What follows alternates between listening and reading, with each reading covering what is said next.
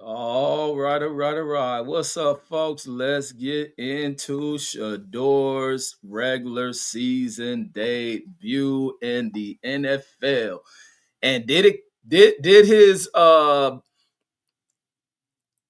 debut start with the Dylan Gabriel just screwing up in the game? Was Dylan Gabriel pulled by the coach? Was it pressure from the fans, being that Dylan Gabriel ain't been able to get anything sparked within this offense? Absolutely not. This coach did not want to put Shedeur Sanders on this field. But what happened was what many people was hoping would happen in order to get this stubborn ass coach to finally give this kid his time to shine in the sun will be an injury. So Dylan Gabriel ends up suffering a concussion, getting his ass yanked from the game, and them having to resort to Shedeur Sanders, who'll come in the second half. Uh, to me, the performance was mediocre. Oh, and also because my original live stream was supposed to be me covering the dysfunction at the Dana White event at UFC 322, or was it 332, whatever this last event, where the Russians went back into a UFC event and whooped the dog shit out of one of these little suburbanized scumbag ass punks at a Dana White event. I mean, beat Dylan Dennis motherfucking ass. I mean, the damn Russians, wherever Khabib and them from, got they motherfucking foot and knuckle prints printing in this dude's skull. And once again, none of these old USA chumps who be going to these UFC events didn't do a goddamn thing because they're punks who don't represent this damn country. Falsified tough guys who ain't nothing but mark ass beep. And the Russians know that shit. And so the Russians always go to these UFC events and straight up G-Mo and ready to G-check any of these little fucking suburban punks that attempt to act as if they're some tough guys. And salute to these Russians for going in here and whooping the dog shit out of any of these people who play into the dog whistling of Trump nature type people, and as well as hoe ass people like Dana White. Salute to these damn Russians from Khabib and them squad who go to these events and they put foot to goddamn ass. Dana's got his ass whooped at that damn event. And once again, here's Dana White allowing filth to enter these goddamn events. Didn't Dana White early on like quickly ban Jake Paul from going to a fucking UFC event? And Jake Paul ended up clowning this fool, this little scumbag with no control. Dana White ends up going in some disguise and still make it to the UFC event. Salute to Khabib and them for going in there and always whooping the Dylan Dennis and the Conor McGregor type people asses. Salute to them. I like them Russian motherfuckers because they put a little suburbanized chumps in their fucking place who don't represent America. America ain't these punks. But let's get back into this thing with Shedeur. Like I say, Shedeur's debut, a little bit mediocre. Little mediocre. Seeing some of the flaws of his game. And the flaws of Shedeur game to me aren't bad flaws. I think they're about 100. His game is about 100 times better than the Dylan Dennis dude. But it's some of the things that bug me, even when watching him at Colorado. He holds the ball too fucking long. And that's the only thing. Get the ball out your goddamn hands, release the ball. There was a receiver who ended up making a drop, man. This receiver who should have held onto that ball ends up dropping a pass that hit him square in the goddamn hands. And this dude drops the shit.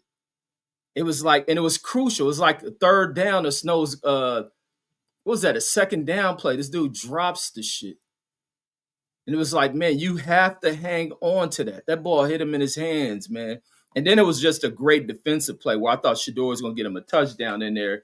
It was just great defense from the defender on that. When the pass was thrown into the end zone, or dude had a hand in there, as the receiver had the two hands on it. He's able to pull that shit up out of there. But there's some positives I seen in Shedeur's game today. The negatives, holding the ball too long. I think he needs to make quicker decisions as far as when to run. He has some good plays on his feet.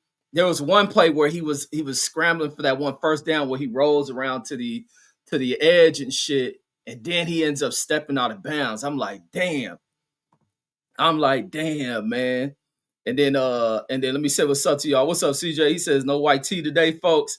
Says Reg cold. Yeah, it's cold in this mug, and I don't feel like turning this heater on. I don't feel like it's cool enough to put the hoodie on. It's been raining, man. That rain done brought all this cold ass weather out here. I've been tripping off the fact it's been like the high 70s and 80 degrees all the way into November. Y'all didn't have to send y'all damn rain into this mug. And then Mark Summers says Shedeur debut says was not mediocre. Says it was god awful. Says it was hard. So it was hard to be worse. Nah, you just trying to defend that damn white dude who looks like you, who's been a disappointment to fans of Cleveland and an embarrassment to you who want to see Shedeur fail. It was simple as that. Was Sheduer doing some shit that was making me upset with him having the opportunity? But it's an opportunity that he was just throwing in here in the game that he wasn't expected to play in. But then you have to be ready. Next man up, a guy gets hurt, you better be prepared. And he looked prepared. It was just that Sheduer does these things where he waits in the pocket and he waits to see shit develop downfield. And a lot of times you can't. You got to take off. You got to use your feet. And when I seen him use his feet, I see that Sheduer done got quicker. The wheels are there, but you don't want to be one of these quarterbacks that get too happy on your feet. You want to be able to utilize your arm. He has a very accurate arm, and there were some catches that the receivers dropped, that the receivers end up dropping. There were some passes that end up flying a little bit inaccurate, too high, and it was him getting blitzed and getting hit. And even like when he was scrambling out, he had that one pass that he threw into the end zone. It floated too high. If you could have brought that down, but the pressure was pressure being brought in on him. And then Chris says heads up, says your coach is pathic, says no receivers, no line, no practice reps, says you're not on an NFL team. 35 years season ticket holder. Yeah, I mean, it is pathic with that coach. When is Cleveland going to fire that coach? I think the call should be made today. Being the season is probably ruined, it's time to fire that coach. And he says not one rep with starters all season in practice, confirmed by our moron head coach. Says, what the hell can you expect? I'm glad you brought that shit up, Chris, because that does to where I have to boost him up a little bit more than calling his performance a mediocre performance. It's the fact he has had no reps, being that Joe Flacco is no longer with the team. There is no excuses that Sheduer wasn't out there practicing with the starters. Because when it was a 3-quarterback situation, Dylan Gabriel still got snaps with the starting group. So right now, from just looking at that performance, looking at how poised Sheduer was, I'm not going to lie, he was very poised in there, and why he felt so comfortable at times sitting in the pocket very long. It's time to fire that fucking idiotic coach. I was thinking the coach is going to even railroad Sheduer by not allowing him to pass the ball. It's time to get rid of that coach. So that's a great point with the fact that he didn't get no reps with the starters and shit. But yeah, CJ, right, man, it is cold, and I don't feel like turning that heat on. I don't feel like turning that heater on. I'm gonna save on my fucking energy bill shit. And then Mark Sumner says you've been more critical of white players. Says keep it honest. See, this is what everything with this little insecure ass damn suburbanite, new arriving ass immigrant and Mark Summers. He makes everything black and white. Now, if I sit in here just bashing black athletes and not having, critical opinions that I share with both blacks and whites, and over here I don't do no white hyping with sports. I think that's one of the worst things that I see all day that is performed on these verbal gymnastic commentary shows with these little sports paper writing motherfuckers that get hired by these sports networks who do all this whitewashing in the sports world. So no, I don't be critical of white players. I keep it honest with the white players they hype for y'all. The one white player that I have an extreme bias with because of the white media hyping is what's that fool, Luka. And it's almost coming to the point to where I'm about to have to end my bias on Luka. I mean, he shoot the ball too fucking much, but he putting them points up and they winning. And then, but let me finish. He says you've been more critical of white players. Says keep it honest. Says Shedeur is lucky he didn't throw more interceptions since his passing was horrible. So he's not NFL caliber, as I told you, since college. Man, that's a bullshit lie. And then I want you to name the white players that I've been critical of, because I'm about to expose you for being a failed little race baiting little clown. So please name these white players that I'm critical of, because I guarantee you name them motherfuckers, I'm about to destroy you on it. The only one I'm critical of is Luka. So please name these people, Mark Summers. And then Mark Summers says he's been overhyped, says because of his daddy, says something you take issue with, says Arch Mandy, says but not Shedeur. So I find your silence very comical, because when I make my little criticism of Dion over in Colorado and shit, I don't hear you say anything about that shit. But you talking about Arch Mandy is fucking garbage, homie. And I see Arch Mandy on the field. Today is the first day I ever seen and you ever seen Shedeur on the field. In the game where he don't get no reps with the starting, he don't get no reps with the starting players on this fucking offense. And he's just thrown in the game without no reps. And he still performed. So you can cut all that little clown ass white shit that your grandmother, grandfather, mother, and dad done taught your clown ass, because they couldn't go to no events for you as a youth because you were an embarrassment. You probably was a little cheerleading boy.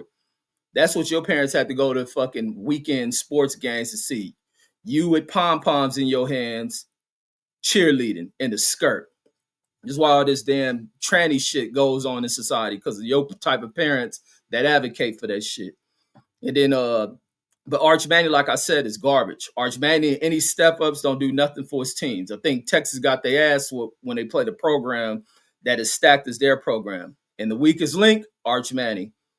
And then Mark Summers says, I have no problems with him doing well, says, but that debut was ugly. Now, that debut has exactly what Chris pointed out. And then Shane says, bro got rocked. And then, wait, who got rocked? You talking about Dylan Gabriel? And then Mark Summers says, no, says you make it black and white constantly. No, I don't make nothing black and white. I think America has a history of making shit black and white.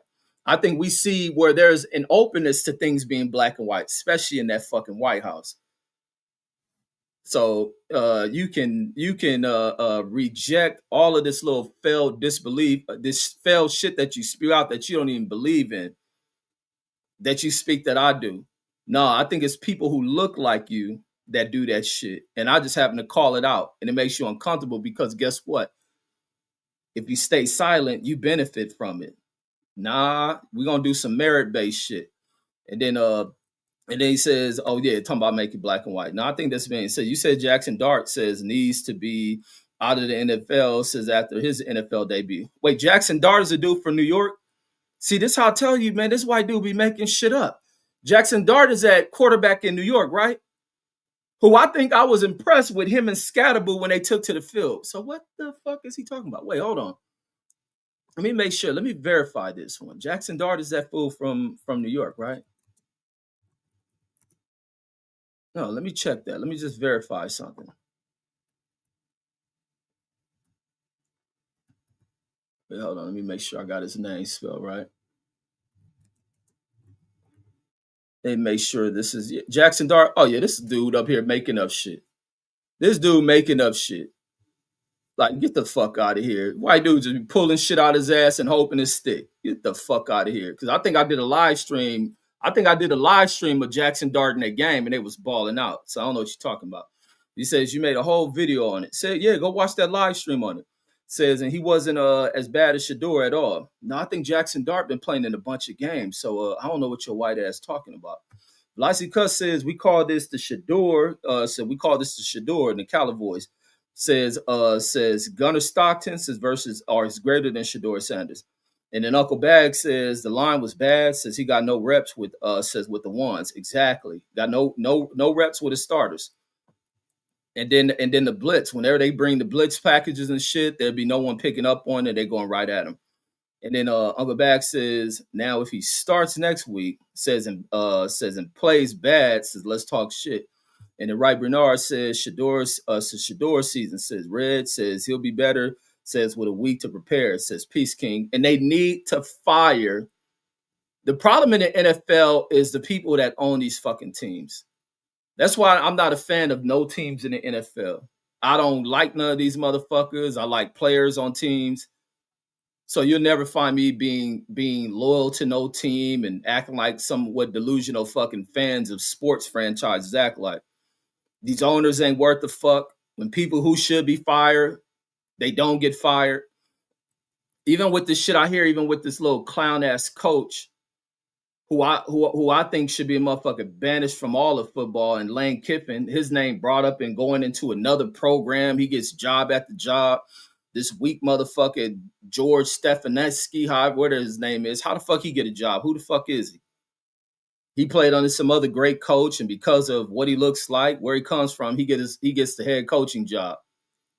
Motherfuckers is garbage in this NFL shit. And so the Cleveland Browns, after today's press conference, which should be over with, the owners and other top management people need to start moving forward with getting rid of that sorry ass coach they got. And when that coach go and find him another job, he can take Dylan Gabriel on with him and shit. And then Uncle Bag says, now if he starts next week, oh yeah, I read that one. Mark Summers says, yes, your video you made, Jackson Dart says not ready to start in the NFL. Says, I'm a Giant fan. Says, I remember that dumb video. We'll find a dumb video, put the link in the chat. Let's see it. Because I think I did a Giants game. Because that's the thing I was doing when I did a video. I know exactly what you're talking about. Because that's when they were scapegoating. Because this other thing, they were quick to push Russell Wilson out of there. And Russell Wilson's putting up good numbers. Giants weren't winning. And then they threw that kid out there. And that kid ball, what did I do? I called it like I saw it. Fucking clown. And then let me play this video too. And then let me see. Let me go into this video. We're gonna go into the actual game. And then Wright Bernard says plenty of nerds and whites love to pull Reggie's receipts, says for no reason, says keep shining, bro. Cause I be embarrassing these motherfuckers. Cause I stay embarrassing them. And it's always right with Reggie Owens and this motherfucker. And I'ma keep on shitting on these fools.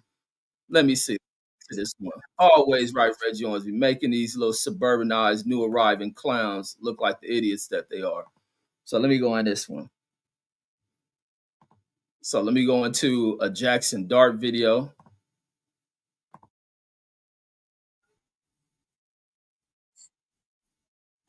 Let's go into that video. Let me show you.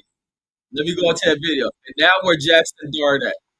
Where's Jackson Dart at? So let's go into this video, which absolutely always right with Reggie and Owens. along with the New York Giants who try to scapegoat Russell Wilson for the struggle of the Giants. Always puts right. in this young rookie out of Ole Miss. So let's go into the other Jackson game. Let me Dart, go into the who Giants ended up game. being absolute doo-doo, straight up Listen trash. to the stats. Man, this dude went almost his whole game with just 100 goddamn yards passing. Get this Bingo. clown up out of here. And I see Russell done touch the field.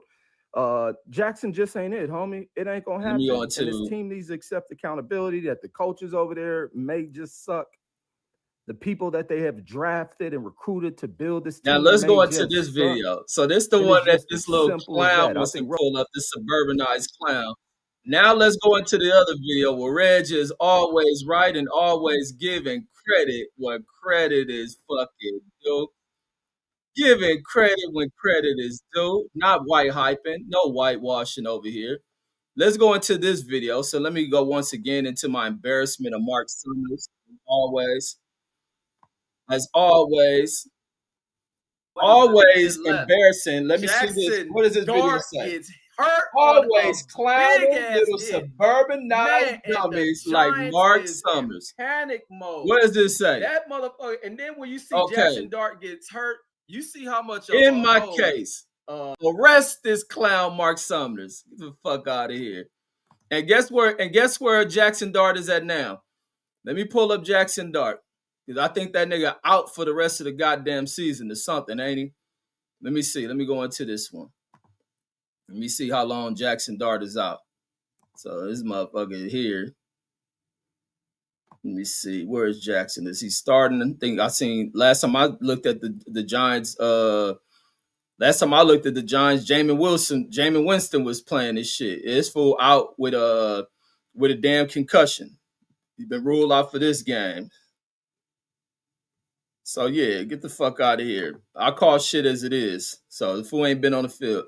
Right Bernard says plenty of nerds and whites that love to pull receipts for no reasons. Yeah, because I'll be making these fools look stupid when they pull these bullshit narratives trying to paint me as being racist against white athletes. And then WMS says Jameis Wilson played good for the Giants today. He says, but the defense let him down.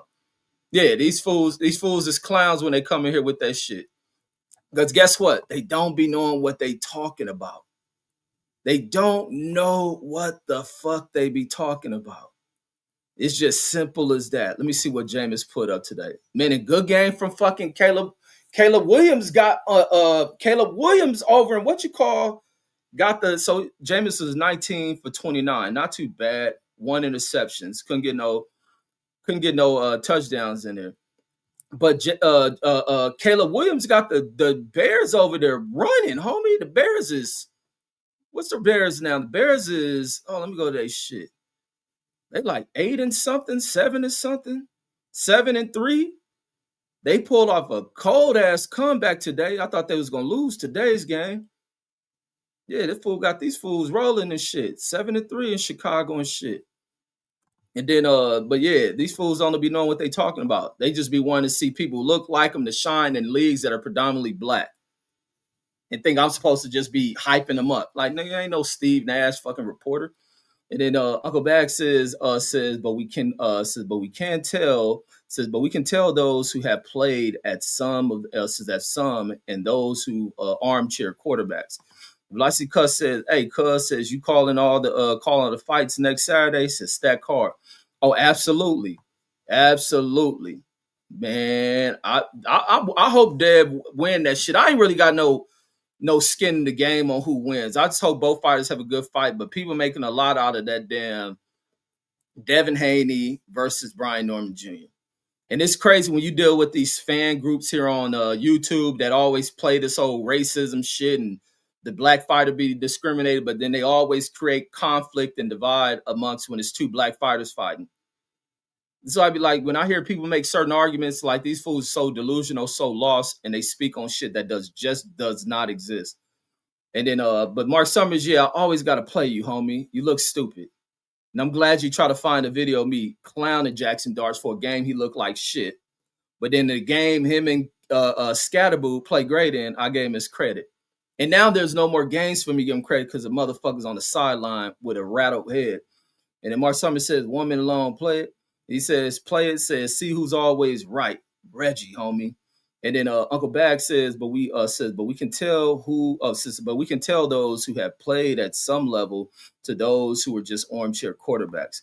And then Mark Summers says, way different tone. Now this nigga talking about the tone after I done fucking proved this stupid ass wrong. Lots of cuts in there. Rolling Godbody Sean says, you heard Reverend Jesse Jackson on life support.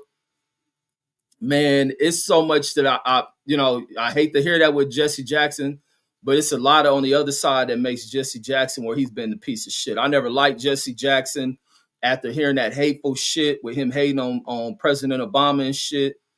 There's a list of other things, but I don't wish nothing bad on Jesse Jackson. But how old is Jesse? Hold on.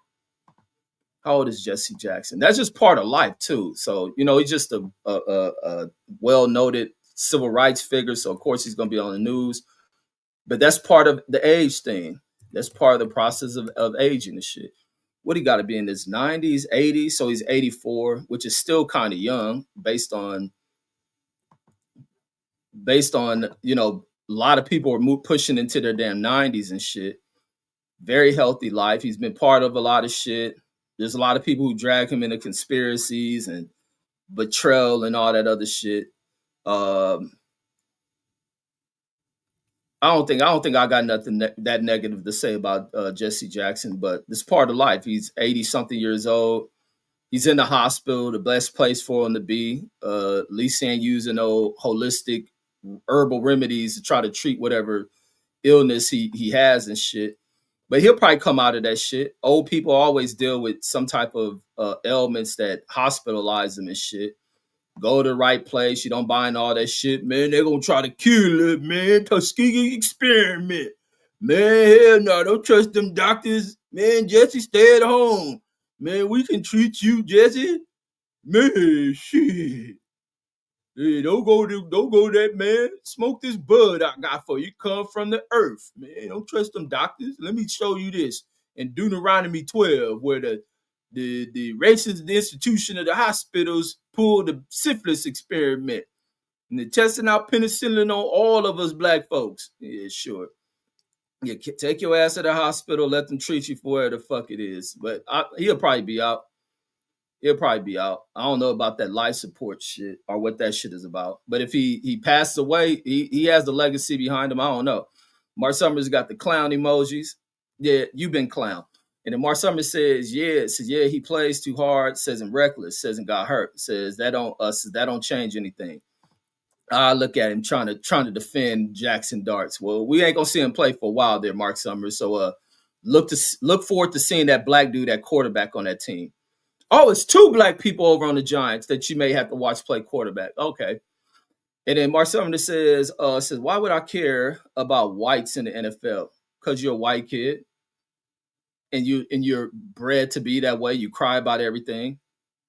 You look for hope. You look for some type of symbolism and some person that looks like you to represent you. But guess what? You probably own a bunch of black people who have played for the Giants, who are the legends of the Giants.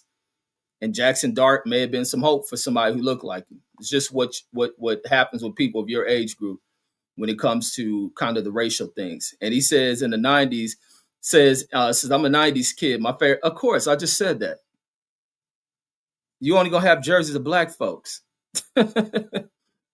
He says straight head, Tiki Barber, Amani Toomer. Says white players too, says, but I don't care about race. But you didn't name the white players.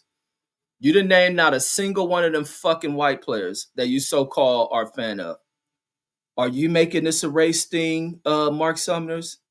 You see, the more you write, the more you talk, the dumber you fucking look, and it points towards you making everything into black and white. You fucking peon. And he says Dart was much better than Sanders in his debut, says, but y'all call Sanders mediocre and Dart doo-doo. Because I'm pretty sure Dart was playing with first string, getting first string reps and all that other shit. Until you can prove otherwise. Salute to my brother Brandon Washington in the building. Blasey Cuss says, did you hear 78 Port crying about narco Joseph Parker? Says he was on something when he beat Kang Wilder, says, and owes him a rematch ASAP. Man, these delusional ass fools. Wilder should not be stepping in the ring, just like Harrison Lubin shouldn't step in the ring, just like Earl Spence shouldn't be stepping back in the ring. Who else is on the list? That fool, what was the fool used to call himself Lil B-Hop? He shouldn't be stepping back in the ring. Roy Jones shouldn't be stepping in the ring. Mike Tyson shouldn't. The list goes on. So I wouldn't listen to nothing that comes from cats like 78 and them that speak on boxing. Nothing. These fools is fanboys who act like little fangirls, who do interviews with dudes and just always want to be about parading them around because these fools fail to keep shit honest about even when they like people. I'm a Wilder fan. I'm an Earl Spence fan. But guess what? There's a cutoff date to every person that does athletic shit. Like, come on. Injuries take place. Aging takes place. The sport has moved past them, and it's hard for people to accept that shit. Like, and it just is what it is. Wilder's grew things out. Ain't no hoe in Wilder. Wilder's been one of the toughest nails dudes you never watch walk through this sport. It was just sad to watch when he suffered a loss and watch all the other excuse making come in and blaming, and then things unraveling in the world that surrounds him in his own orbit. Guy with a bitch that was a trophy hoe who was just there for the ride as long as the ride was successful. And when things went a little bit off kilter and shit, what the bitch do? Switch up on him, play him, portray him in a certain light. Like, come on, man. These motherfuckers ain't God. These fools, regular human beings who choose this path in life. Mark Summers says, I need someone that knows ball that can explain to you just how bad Shedeur was. Nobody in here who knows ball is saying that's how bad Shedeur was. You ain't seeing me saying Shedeur was just lights out. Shedeur balled out and Shedeur this and that. Said this game was mediocre. But just like when the brother Chris came in there and he added a little bit more details and more facts into like what Shedeur had working against him with this little bullshit ass coach he got, was the fact he had no reps in there with the starters of this team, no reps with this offensive line, with his receivers, and he was still making cool passes and shit. And he had receivers dropping shit that they should have been catching. Dylan Gabriel wasn't passing the ball to him. They couldn't catch shit. They used to Dylan Gabriel checking down and passing the ball to a running back or some shit. And then Mark Summers says, so that's how you think, says, but that's not reality. Agent Math in the building, salute. Deshaun, they're laughing out loud at me clowning this retarded motherfucker Mark Summers. Velocity Cuss says, do you think Eli Manning is a first ballot Hall of Fame? If his brother is, absolutely is. If they let Peyton Manning and that motherfucker is a first ballot Hall of Famer, Eli definitely better because his career is better. Like, I don't give a fuck. And Deuce Time gonna pop out the woodworks to defend motherfucking Peyton Manning when I bash his ass or if I bash Donald Trump. But since I said that, maybe Deuce Time won't write nothing. But yeah, Eli to me career was better than fucking Peyton Manning's. So if Peyton Manning got in that motherfucker, then yeah, Eli is definitely a first ballot Hall of Fame. But I don't like quarterbacks. I don't give two fucks about these old amped up ass quarterbacks. You throw a 5-yard pass, this fucking receiver can run 80, and they highlighting what the damn the pass that the damn quarterback then threw to him and shit. Agent Masters Brian Over Jr. says guaranteed a Ryan Garcia type performance against Haiti. Says y'all agree? I don't agree on none of that shit. I want to see the motherfuckers fight. Because Brian Norman may not do a goddamn thing to Dev, or he fuck around and catch Dev and possibly drop him. And then Op LD says, blessings, salute, bro. And then Barnett says, SS just threw 25% for Shedeur Sanders just threw 25% for 46 yards, 16 yards rushing. Says a loss of 27 yards on sacks. Says a net of 36 yards for a half. Says sad.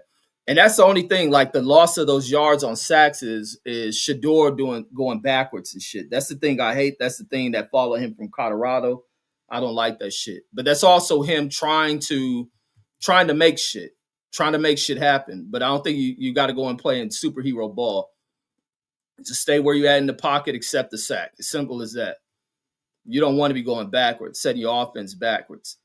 And then you kill the momentum out of the fucking the game. You kill your team's fucking confidence and shit. You don't want to lose them. Mark Summers says absolutely the velocity cuts. And then Mark Summers says another favorite, of course. And he says that's just excuses. That's common. Says to not have reps. Says with the first team. Says when you're a bum backup. This fool talking about a bum backup. He says Eli is better than Brady. I ain't gonna argue that because I don't like Tom Brady neither. You ain't gonna find me hyping up Tom Brady. I got a bias against Tom Brady. Think he's another silver spoon motherfucking chump. But I got respect for Tom Brady. Tom Brady liked football so much. He said fuck his little bitch. He let that bitch go. He tried to hit that in Tom with an ultimatum. Tom said, fuck you, ho, and won a Super Bowl on that bitch. And then he got a lot of new bitches to fuck with. That's the only thing I like about Tom Brady. Other than that, Tom Brady a bitch. He a Trump supporter. He a hoe to me. But outside of that, he player about shit.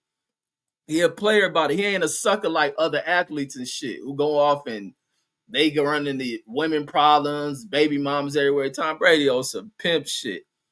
Said, chick, man, please. I done made 4. You done pushed 4 kids out, man. But you ain't about to lure me in talking about don't play 4. This is shit that done kept you in these mansions, flying luxury, riding luxury. You about to tell me when to quit? Man, get the fuck out of here. Hey, and then the bitch tried to go she got pregnant by some other fool. She probably was already having an affair. Tom don't give a fuck about none of that shit. I got my kids. They know who I am. Bitch, go live your life. Now let the fun begin. Tom can go out here and just have a ball with all the little groupie bitches. And then tell the groupie bitches, say, hey, You get a little too close to me. This was just an even exchange. You had a nice night to be with the Super Bowl champ. Get up off me. Hey. There ain't no horses and carriages around this motherfucker. You gonna fuck with one of my old teammates. Some motherfuckers suckers all around that motherfucker. But that fool Tom Brady had me dying when he did that shit. Lysica says facts. Says Eli Manning has one of the greatest Super Bowl performances I've ever seen against us is against the GOAT. But that be the thing when y'all be like against the GOAT because another that other quarterback ain't on the field defending nobody.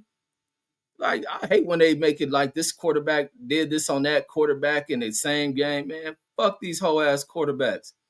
I mean, Abin OD says it was. I'm lost on even what you were writing, talking about it was. I made us directly respond to somebody in the chat. Picasso in there rolling. Jashawn says night and day. Says night and day, bro. Laugh out loud. Says it's not close. Says it's not close if you think he's close to his brother. Laugh out loud. Wait, you just put night and day, and people are confused on even what the fuck you're writing. Like, can you detail of what's not night and day? Who's not close? There's two brothers. Like, this is what I be saying about when y'all write, bro. And then Asian Mass says Peyton on my Mount Rushmore quarterback says one of the four M's says 100. And then I ain't think nothing of Peyton Manning. 32 blue audible niggas all excited about that shit. Get the fuck out of here. They only barely won Super Bowl. And running backs helped the Colts win their first fucking Super Bowl along with that defense. His mediocre passing ass did all right. He didn't deserve the Super Bowl MVP. Then he went to the Broncos with a damn fused in neck. They done welded his neck like the motherfucking Golden Gate Bridge and shit. He wasn't doing shit. Win the Super Bowl. Did they get him the MVP of that Super Bowl? He ain't even do shit. It was just privilege, just overhyped privilege with that motherfucker. Velasquez says, do you think John Stockton, and nobody even talk about Peyton Manning in his Super Bowl with the motherfucking Broncos. Motherfucking the fool who Deuce Time mad at because he left the damn Cowboys and won a Super Bowl with the Broncos get more credit for that shit. DeMarcus Ware. Nobody even think about fucking Peyton Manning being a fucking quarterback in Denver. The Denver fans don't even think about fucking Peyton Manning no more. The fuck out with Peyton Manning. But they think about Eli Manning with the Giants. And then Velasquez says, do you think John Stockton and Larry Bird were overrated?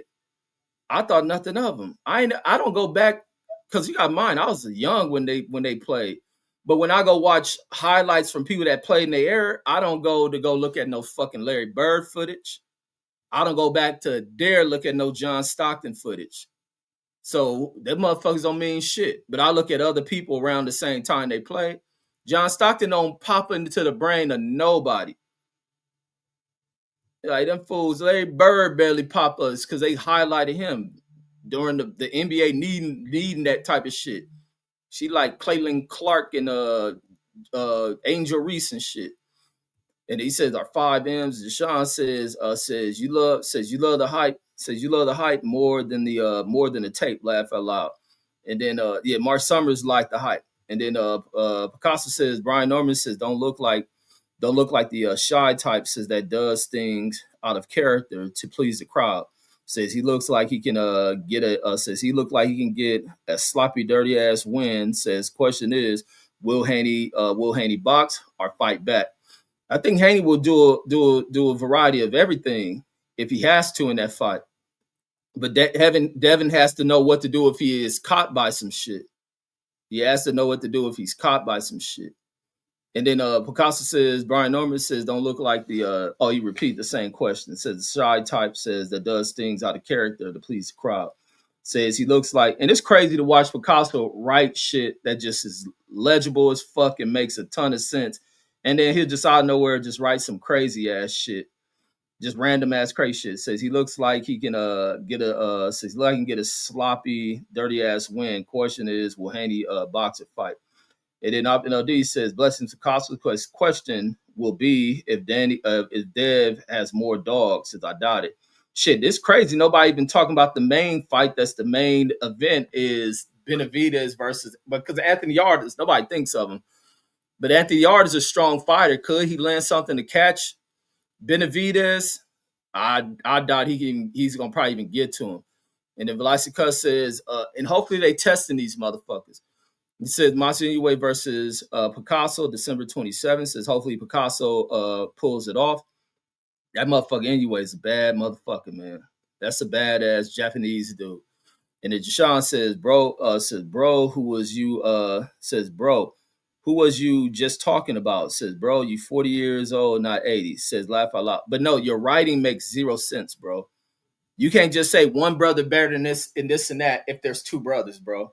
Like if this was you responding to a question on the paper, your teacher give you a D for that shit. Like you have to distinguish who is who. And he says you not 80, laugh aloud, says you how you forgot. Look how you writing, bro. It says what you was just talking about. And he in a rolling. No, you need to write in detail who is who, which brother is better than the other, bro. It shit makes no sense what you wrote. Mark Summers says people always mention Stockton, says when building a dream. Man, get the fuck out of here. Only people at your dinner table bring up them motherfuckers. Don't nobody talk about no goddamn John Stockton. Nobody even ever talk about no fucking John Stockton. Nobody talk about that motherfucker. And Larry Bird always get mentioned because he come in an era of damn Magic and shit. But outside that, Larry Bird ass get left off his shit. Nobody bring him up. Fuck is that's what we pissing y'all off, that y'all done seen this these damn sports really shift towards being the predominance of black athletes under white management. And that's why I was bringing up the other day. The thing that the black athlete has changed is also the investment that white owners have made in the purchasing teams. They purchased teams when the NBA was down in the dirt. The stars aging out. They really got nobody. They selling teams for $10 and $15 million and shit. And then the motherfuckers who held on to this shit, like they tell people to do, well, the stock market crash, just hold on to it. It will recover. These fools who went there and brought these damn teams for pennies on the buck, brought the whole team, a stadium, all that shit, held on to this shit as colleges start integrating black players going into fucking these major universities, shining like a motherfucker. Now when the draft come up, people who look like Mark Sumners ain't going in the first round. Them motherfuckers going undrafted to not drafted at all. It got so bad for Mark Sumners like motherfuckers in this country that the motherfucking NBA, to bring people who look like Mark Sumners, they had to go to Europe and find them. Fuck out of here. And guess what happened with these teams that these owners who held on to these teams? The value in these teams are now billions of fucking dollars. Fuck off. They left people looking like John Stockton, Larry Bird in the damn league. These teams will still be able to buy and sell these teams for $50 million. The fuck out of here. Nobody talk about no Larry Bird and John Stockton them like that. Mark Summers says, and I guarantee anybody who just has a fucking authentic ass basketball conversation are not talking about those dudes. And the Mark Summers says, laugh my ass off. Deshaun says, get it in, says all season. And then Deshaun says, Peyton Manning and Eli Manning, says who I was talking about. But who was better than who, bro? And then Picasso says, salute. Up in LD says, Reggie Velocity Cuts and Mark Summers. Picasso says, Agent Mass says, salute. And the Velocity Cuts says, Dev was fucking terrible in his last fight, says against Ramirez. Says, and the Crybabies called it a masterclass performance. Shook my head. Yeah, that shit was far from a masterclass, but I understood why Dev fought like that. Dev did not want to do anything that could railroad his opportunity to fight Ryan Garcia. Ryan Garcia came into the fight on that same fight card and got his ass whooped. Went there and got his ass whooped by Rolly. And then Rolly, where the fuck is Rolly at? After coming off a win like that, Rolly celebrating, taking the money. Matter of fact, one of the cats I work with was telling me he saw Rolly. That's why I was thinking if Rolly was getting that. He said he saw Rolly running and shit, running around the area. And I was thinking like, damn, maybe Rolly gonna get the call for that Jake Paul fight and shit. And then Mark Summers says you need complete sentences. Says incomplete sentences, writing as Deshaun says, get it in all season. Right. Yeah, you gotta make complete sentences, bro. Agent Mass says Stockton doesn't make my NBA dream team. Says, and if he does, he's at the end of the bench. Yeah, nobody put no John Stockton on their shit. Was he a good point guard? Absolutely. Is he the best? Fuck no. think many people could have done well with fucking Karl Malone and shit. Like, fuck out with that John Stockton shit. Who John Stockton barely even talk. I don't know nothing about John Stockton. He quiet ass motherfucker. Picasso in there rolling. You barely hear John Stockton name being brought up. You got to ask about Utah to hear John Stockton name. And then Mark Summers says, salute, bro. Mark Summers says, I didn't say he was on everyone's list, says, and even making it on the bench, says ain't bad at Asian Matt. No, he's only on your list, Mark Summers. I'm pretty sure Luke Walton is on your fucking list. Who else may be on this motherfucking list? Mark Summers got a bunch of fucking cream puff looking motherfuckers on this all-time list. In a league that's predominantly 90% black currently, and he'll find about 38 damn white folks to put on that shit and 2 blacks. And if Lassie Cuss says I'm finna pass on this body, says I'm John Stockton, says I'm about to pass on this body. I'm John Stockton, says John still holds the record. The record though, cuz. The record for what? Passing the ball to a motherfucker? Whoop-de-fucking do. And then the Mark Summers says, I like Gary Payton, Michael Jordan, says, and Pippen. Of course you do. Most people do. They're goddamn stars, dumbass. That's a common thing from households like y'all. Y'all talk all this shit about wanting to hype up the white players and shit, but everybody on your list and the jerseys you own, the shoes you buy with some athlete's name on it are black.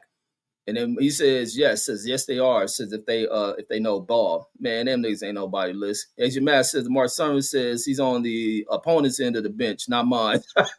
That was funny right there, As your man. Velocity Custer Picasso says I'm rooting for you on December 27th. And then Megazar the building, he says drop the link. Oh, okay, I'll drop the link in here. And then let me drop the link. Hold on. And then Mark Summers says, nope, not sure what he said, nope, about maybe one of y'all in the comments. And then Jashawn says, you watching the game, says the game, the Eagles and Alliance? Hell no, let me see. I was watching Shedeur shit. Like I said, my original live stream was about to be about that old thuggery shit that happened at the UFC. Then I come across and seen Shedeur was on the field, like, oh shit. Let me check this out. Mark Summers says, I like black and white players. Says, my favorite NBA players have been black. Wow, that's a hard one to fucking guess your favorite players are black there, Mark Summers. So fuck. What's up, Megazar? So with it, bro. Oh, man, nothing over here. Talking about this damn Shedeur and then this little idiot Mark Summers coming in here with this white shit. Sheduer, do people know that man hadn't had no first team reps all season? That's what we telling this stupid motherfucker Mark Summers. Hey, what do you expect a quarterback to look like that had no first team reps all year? And you thrown in at halftime with no installation for no type of plays for you. The game plan was already in play. And with a coach who has struggled with quarterbacks since he been there. Baker Mayfield left. Didn't Baker Mayfield get a max deal with the Bucs? Joe Flacco left. Joe Flacco been balling with the Bengals. So Kevin Stefanski's ineffectiveness to coach up quarterbacks, we've seen Dylan Gabriel. Say, man, do you know they didn't convert no third downs when Dylan Gabriel was in the game? None. They converted 2 third downs. All Shedeur Sanders. That dude was out there playing with no timing because he never had no first team reps. He's out there just playing. And still put him in a position to win. I seen 3 clear drops. 3 clear drops. Sheduer does what Sheduer does, hold the ball too goddamn long, and he's been doing that since Colorado. Facts. That's a flaw. That's a flaw of his. But the passes that he completed look better than any Dylan Gabriel completions all season. This nigga pit and pat all game. And like I said, if you think, I don't give a damn who it is, ain't no backup that ain't got no first team reps for to get in the game and ball out. This dude have seen no first team reps all year. In practice, nowhere. Dylan Gabriel been getting first team reps since training camp. It ain't about being on it, because I think Cam Ward is the best quarterback in this class. And Jackson Dart is second. then Shedeur Sanders. But you got to understand, Jackson Dart and Cam Ward all received first-team reps since training camp. You 9 games into the season, 10 games. My bad, 10 games. You put in a quarterback that your backup.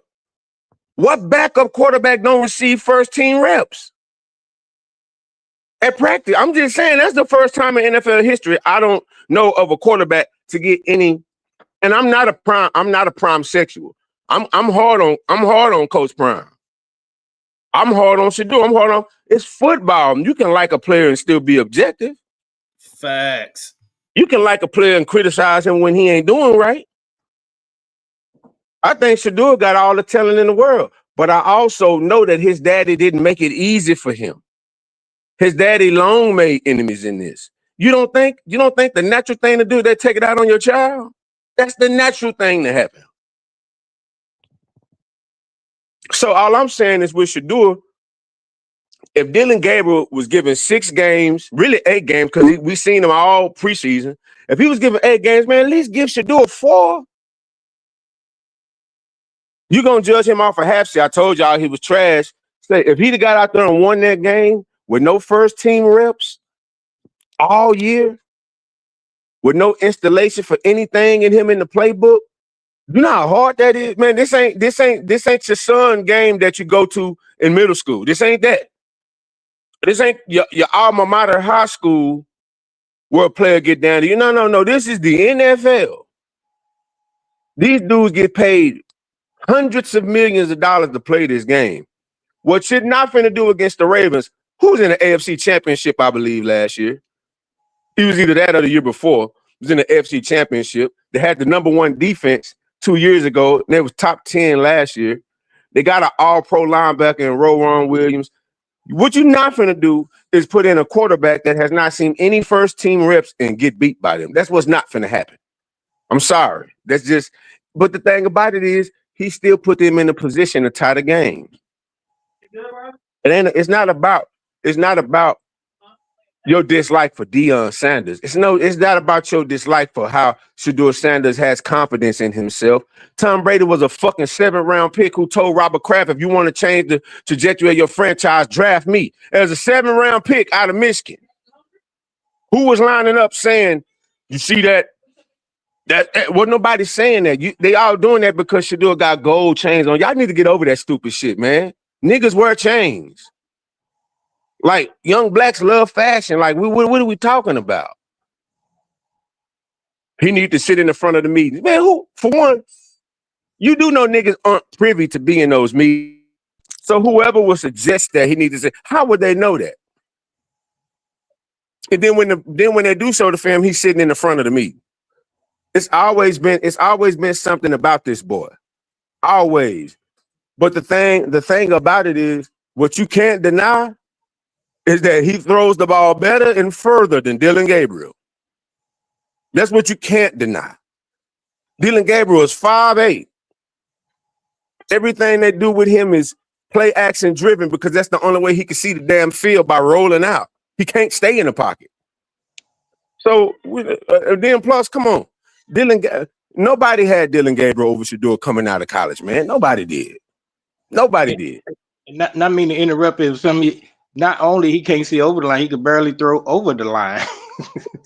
Tell you, I ain't never seen a professional quarterback throw that many 5-yard slants and be misthrowing people, checking down and shit. Yeah, that's all he could do. You know what I'm saying? And like I told people, I felt Cam Ward was the best quarterback in this draft. I argue with my daddy all the time. I said, Dad, Cam Ward the best quarterback in this draft.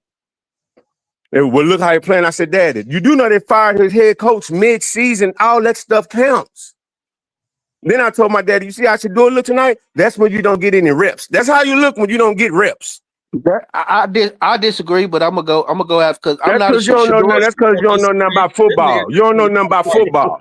He just want to argue. Hey, you don't know nothing about football. No, we talk about this all the time. Sheduer is overrated. But go ahead, I'm gonna let him finish, then I'm gonna talk. Yeah, thank you. How's he overrated? He's a 5th-round draft pick. How's he overrated? I'm gonna let you talk. No, this the thing. No, this the thing. How's he overrated? He was a 5th-round draft pick. He's the first backup in the history of the NFL to not get any first team reps. Name me another quarterback that you know of that's a backup that hadn't got any first team reps. That's a third string. All of them. No. He's not third string. He's the backup. No, he's the second quarterback on the depth chart. He is now. No, he had been there for 4 weeks. Okay, so what? He didn't get no first team reps. I got another rookie in front of him. He needs to get all the reps. That makes sense. What the fuck are you talking about? And guess what? That rookie is the worst rated quarterback in the fucking league too. Wait a minute. Before Sheduer came in, who was up? What you mean? So Sheduer came in. Wait, I'm saying Dylan Gabriel had them up when Sheduer came in. He didn't have no Dylan Gabriel. Dylan Gabriel didn't throw a touchdown. It was a pick six. Okay, hold on. Pick six. Hold on. Whose stats was better? They both played a half and a half. Who had better stats? But Dylan Gabriel had 8. Dylan Gabriel had 8 more yards. Okay. Did he throw it? Did and Sheduer had a fumble and a pick, right? No, Dylan Gabriel had a fumble. No, Sheduer had one too. They got it back. Sheduer had a pick. No, Sheduer had a pick. No, Sheduer had a go. No, he didn't. Can you pull up? Man, I'm telling you, I watched the game. I watched the game. I ain't got to pull no stats up. I watched the game. Fumbled. They just got it back. He had an interception. No, and he fumbled. How the hell can you fumble and get it back? How can you fumble and get it back? It's not a fumble. Hey, let me tell you something about defense. You don't know nothing about football. No, let me tell you about defense. A fumble is when the defense get it. No, a defense, no. Get it back. It's called a fumble when the defense get it. No, it's a fumble when the ball get knocked down out of your hand. No, it ain't. That's a fumble. He lost. No, what happened is he lost the ball and got it back. How many? I want to ask, how many years have you played football? No, he lost the ball. Pull up the stats. It's gonna show he had a fumble. No, it's not gonna show he had a fumble. Yes, it is. He only has a fumble if the defense get it. Because a fumble is a turnover. What are you talking about? They call it a fumble recovery. That's what it was. But this is what I wanted to ask you, B-Dub. It's a dumb stat to record. Exactly. Thank you. Exactly. But he fumbled, like I said. Yeah. Okay. Yeah, and he got a fumble recovery. But B-Dub and Dylan Gabriel got a fumble too. Right. He did. But B-Dub, I'm not comparing him to Dylan Gabriel. Y'all are. Do you feel that the stats really reflect the talent level of Sheduer from what you saw today? Yes. This is what I think. I don't think me watching Sheduer play just like he did. He holds the fucking ball. He looking for the big play. I'm not saying he's not. He's a decent quarterback. He decent, but he all world and all this shit, bro. He was 12. He was like 12 and 13 in college at Colorado. Like, come on, man. Like, I don't know what's like. Dylan Gabriel is doing fine. I think as a rookie, he's doing fine. What you mean they 2-8? Time out. They 2-8. Wait a minute. What Dylan Gabriel was doing? What? He doing fine as a rookie. He's the worst rated quarterback in the NFL. How's he doing fine? Hold up, brother. Hold on. Did Sheduer look better than him today? Yeah. This one game. No, that's a damn shame. From a quarterback, dude, that's a shame. Hey, I'm gonna ask you a question. If your quarterback not a running quarterback, do you want him to compete passes down the field? Because Dylan Gabriel not a running quarterback. Do you know that they didn't have any third down conversions when Dylan Gabriel was a quarterback? They was 0 for 6. No, you don't know that. I know they was winning the game. They was winning. It was called a pick six. I wouldn't give a fuck. They were winning the game. That mean that was defense. That mean it was defense. All right, cool. They were winning the game. Not only that, he had a chance to win the game. And guess what he did? And guess what? Guess how many drops he had from receivers on that drive? Oh my God, bro! Now we're blaming the drop. What about the overthrow? What about the overthrow in the end zone? He overthrew in the end zone. You talking about when he was finna get sacked and had to spin out of that? Yeah, that time. Yeah, that one. Oh yeah, you talking about a throw that Dylan Gabriel can't make? Yeah, that one. Yes, that one. Yeah, and guess what? One. Yeah, and guess what? The play after that, no, and guess what he do? No, I'm asking you, did he miss that throw? Yeah, he did, but he threw it right to the receiver to play after. So he had a chance to put him back in the game with that throw, and he missed it, right? No, that play was before he threw it to and the cornerback knocked it out the dude's hand. But what I'm saying, he had a dude open in the end zone.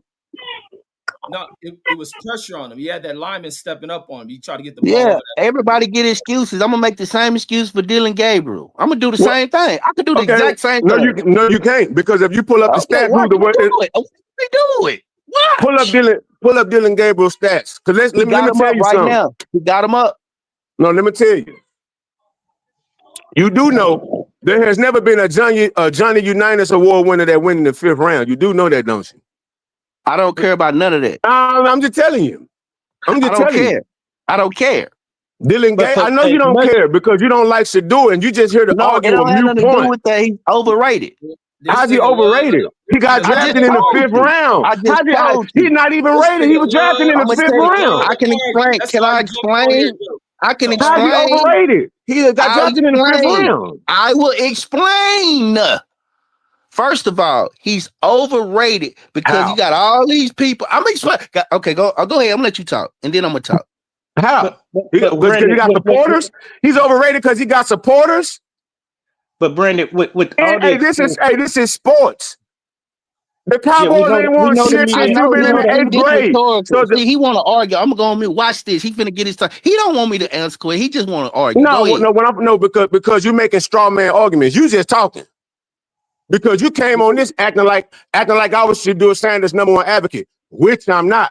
I'm just speaking fair. When a man get no first team reps, what the fuck do you expect for him to look like in the NFL? Be ready. Game? When your time is called, be ready. Who gives a fuck? Who gives a fuck about his reps? Because it matters. Cares? It matters because if you're a supervisor at a job, if you're a supervisor at a job and you put a player that's employee that's never been in that position before, what you expect him to do? I don't have them, but I ain't never been around them kind of employees, so I don't know. I ain't never been around people. The field I'm in, I ain't never been around nobody that didn't know what the fuck they was doing. I never been around. You know why? Because they all get a chance to work. When you don't get a chance to work with the people you got them supposed to work with, what it look like? Sure. You could say all of that, but this is what I do know. This is what I do know. If you don't get any first team reps as a backup quarterback, that says more about the coaching than it do about the players. Oh, poor him. I'm pouring him. I'm not. Let's have a regular combo, bro. Look, we're having a sports conversation, bro. I know this above your pay grade. We're having a sports conversation. Come on, yeah, this is sports. We're having a sports conversation. Shit you don't know nothing about. Well, I ain't gonna say start rooting for the Cowboys because your heart got broke. Are they an overrated organization because they got supporters? No, it's sports. People have supporters. It's sports. Me, I'm from the outside looking in because none of these dudes affect my livelihood. I just know I told my daddy he getting his chance, but they ain't finna do nothing. He ain't got no first team reps. Oh, son, you got to understand. Daddy, they not finna do nothing. This man ain't had no first team reps. Do he got more talent than Dylan Gabriel? He does. That don't mean nothing in the NFL. That don't mean nothing in the NFL. How many quarterbacks have more talent than Tom Brady? Are they better than him? No. So it ain't about your talent. Cam Ward got all the talent in the world. The Tennessee Titans don't look good at all. Jameson Winston was a national championship winner. What do he look like in the pro? With all the experience that Dylan done had so far this season, and for him to only have 8 more yards than Sheduer, that speaks a lot as well. Well, look, we're talking about Dylan Gabriel. If you go look at Dylan Gabriel's draft, where they had him predicted at, man, they had this dude somewhere in the 4th or 5th round. That's based off his 6 years in college, because he played 6 years in college. That's based off 6 years in college, where he went everywhere, bounced around because he was following the NIL money because he wasn't going to get. He had a better collegiate career than Sheduer. Did he? How many awards he win? Go look. No, I'm asking you because you said he had a better. I'm asking you. Go look at the yards he threw. He ain't never won. How many awards he got? I didn't ask about yards. I said how many awards. I said how many awards. No, how many awards did he win? Because I know this. I'll pull it up. I know this. And in those 2 years at Colorado, Shedeur Sanders had more yards and touchdowns than Dylan Gabriel. He went 12 and 13. They went 9 and but I'm saying he had more yards. You said pull up his yards. You said pull up his yards. I didn't say that. Yes, you said did. This is what I said. No, follow me. Stop trying to be argumentative. This is what I'm saying. I said he had a better collegiate career than Sheduer did. The teams that he played on, his last Oregon team, they went to the college football playoffs. I mean, he also went to an organization who Oregon's the year before he was there went to the college playoffs too. Yeah, that's Oregon. Yeah, the year before he got there, Bo Nix took him there, and Bo Nix had a better season. Oh, guess who threw the interception to seal the deal for Ohio State to beat them? This is what I think. I don't think you got to tear down Dylan Gabriel to lift up Sheduer. No, this sports because they're going after the same position. This sports. You gotta let people talk, bro. You can't just hog the mic. It gotta be a conversation, bro. You can't just hog.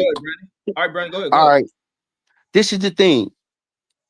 I don't mind Sheduer getting his chance or whatever, but it seemed like we just steadily be like, get him out the way because he trash and get him out the way. Sheduer better. Okay, if Sheduer better, it'll show. It'll show if he better. Do I think he better? I don't know. I don't think Sheduer is this all-world player, all this shit. I think a lot of that shit was hype. You know what I'm saying? Do I think he's talented? Yes. But do I see the same? He playing the same exact way he played in college. I don't see this dude doing nothing no different. Do I think he could be a decent starter? Maybe. But do I think he this all-world dude? He should have been at the top of the draft and he was this? Fuck no, man. He didn't deserve his to be in a Colorado Ring of Honor. Not with the college record he had. They didn't win nothing. They didn't win no bowl games. They didn't do nothing. So that's what I think. That's why I call him. That's what I was trying to say earlier. That's why I call him overrated.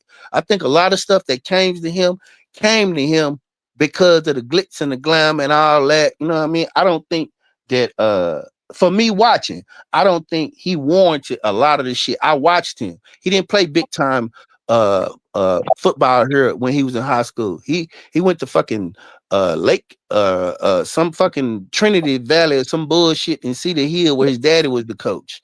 His daddy was the head coach there as well.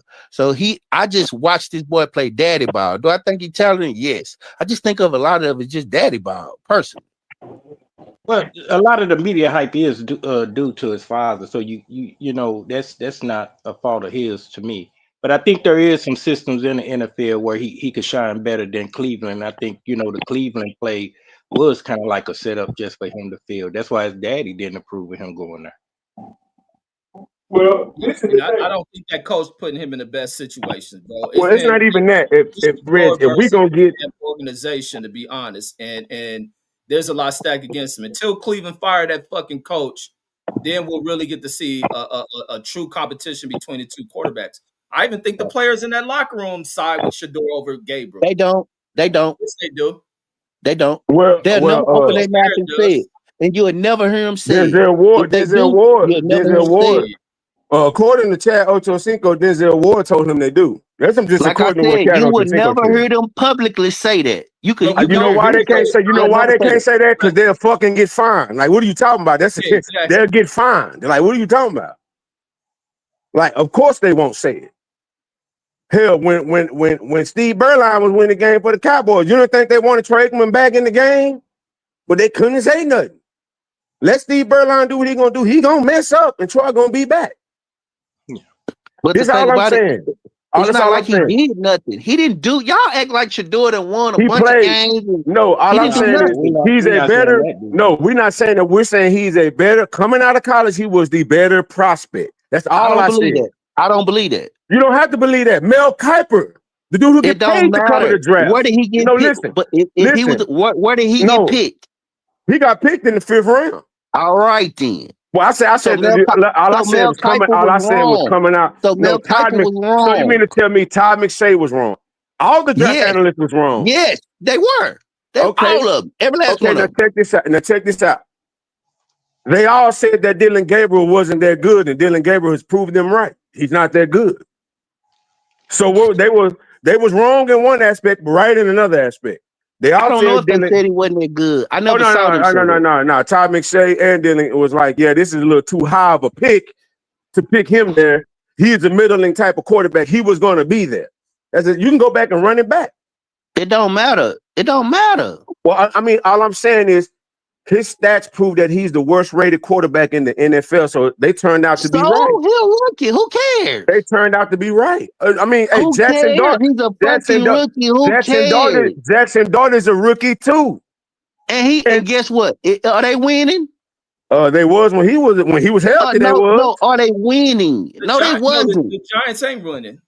Okay, then. That's what I'm trying to tell him. Nobody, they fucking rookies, bro. You don't expect them to win like that unless they all were. Unless they like most of the time they just don't come out the box like that. And when they do, most of the time they go to trash. They go to trash teams because only trash teams need a quarterback. That's why they don't win, because they go to trash teams. It just so happened in this stance that Kevin Stefanski has proved that he can't advance no quarterback. And every quarterback that leaves him looks better once they leave him. Exactly. And that's what I'm saying. I think there are some trash organizations that I feel Sheduer could. I ain't gonna say he gonna shine. I feel if he was with the Jets, even if he was with the Cowboys, I think he would make a better difference. He's not better than Dak Prescott. I'm talking about him as a quarterback there. I feel like he would have a better. We don't want that shit down here. Come on, because there's nobody a bigger star than Jerry Jones. Don't nobody want that shit. No, just keep that circus where it's at. We don't need that. What you mean the Cowboys are a circus within itself? I'm saying, but keep that. No, that circus. Keep it. No. The Cowboys got circus where that's why they passed on him. I understand they passed on him. I understand they passed on him though. Yeah, they did. Okay, but so that's the end of that. They passed. How's that a circus? Okay, ain't no circus. They passed on him. Okay, if you say it's not, it's not. If you say it's not, it's not. But I'm gonna give you my thoughts. My thoughts. A lot of teams didn't want that circus around them. The circus, I mean, is asking about a rookie backup quarterback, asking about him. When is he going to start? When is he going to start? When is he going to start? When is he going to start? Everybody got all this fucking fanfare because of the media hype that was created around him. You know why? You know why they're asking? Because it's another rookie in front of them not playing good. All I'm saying. That's all I'm saying. You know why they're asking? Because it's another rookie in front of them not playing good. That's why they asking. Hey, what about Bryce Young? That motherfucker had a great fucking rookie season, didn't he? No, Bryce. Hell no. He got his job took too. He didn't start balling to this year. No, which one of them have one of these motherfuckers that came out that year had a dope ass rookie season? That was Jaden Daniels. You talking about Jaden Daniels? CJ Stroud. It was CJ Stroud. You wrong. No, what you mean? Jaden Daniels went to the NFC Championship his rookie year. What you talking about? That's not who's Reggie's talking about, bro. No, I'm talking about Stroud, but it's still other rookies who have had great rookie seasons. Oh yeah, Stroud ain't did shit since his rookie season though. Stroud ain't done nothing since his rookie season. I mean, there wasn't no film on him. Once they get film on you, it's a wrap. Like you gotta have the play calling gotta be what that is. And like I'm saying, with the Cleveland Browns, you talking about since 1999, done have more starting quarterbacks than any organization in the NFL. He didn't have to go to that team. He told the other teams don't draft him. Allegedly, he didn't have to go there.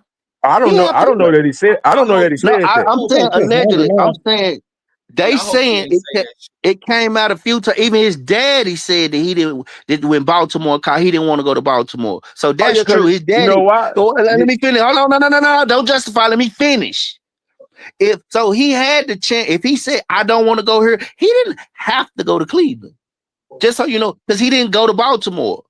He could have went to Baltimore. His dad even said it. What was he going to do at Baltimore? It don't matter why. It don't matter why. He didn't. Don't matter why.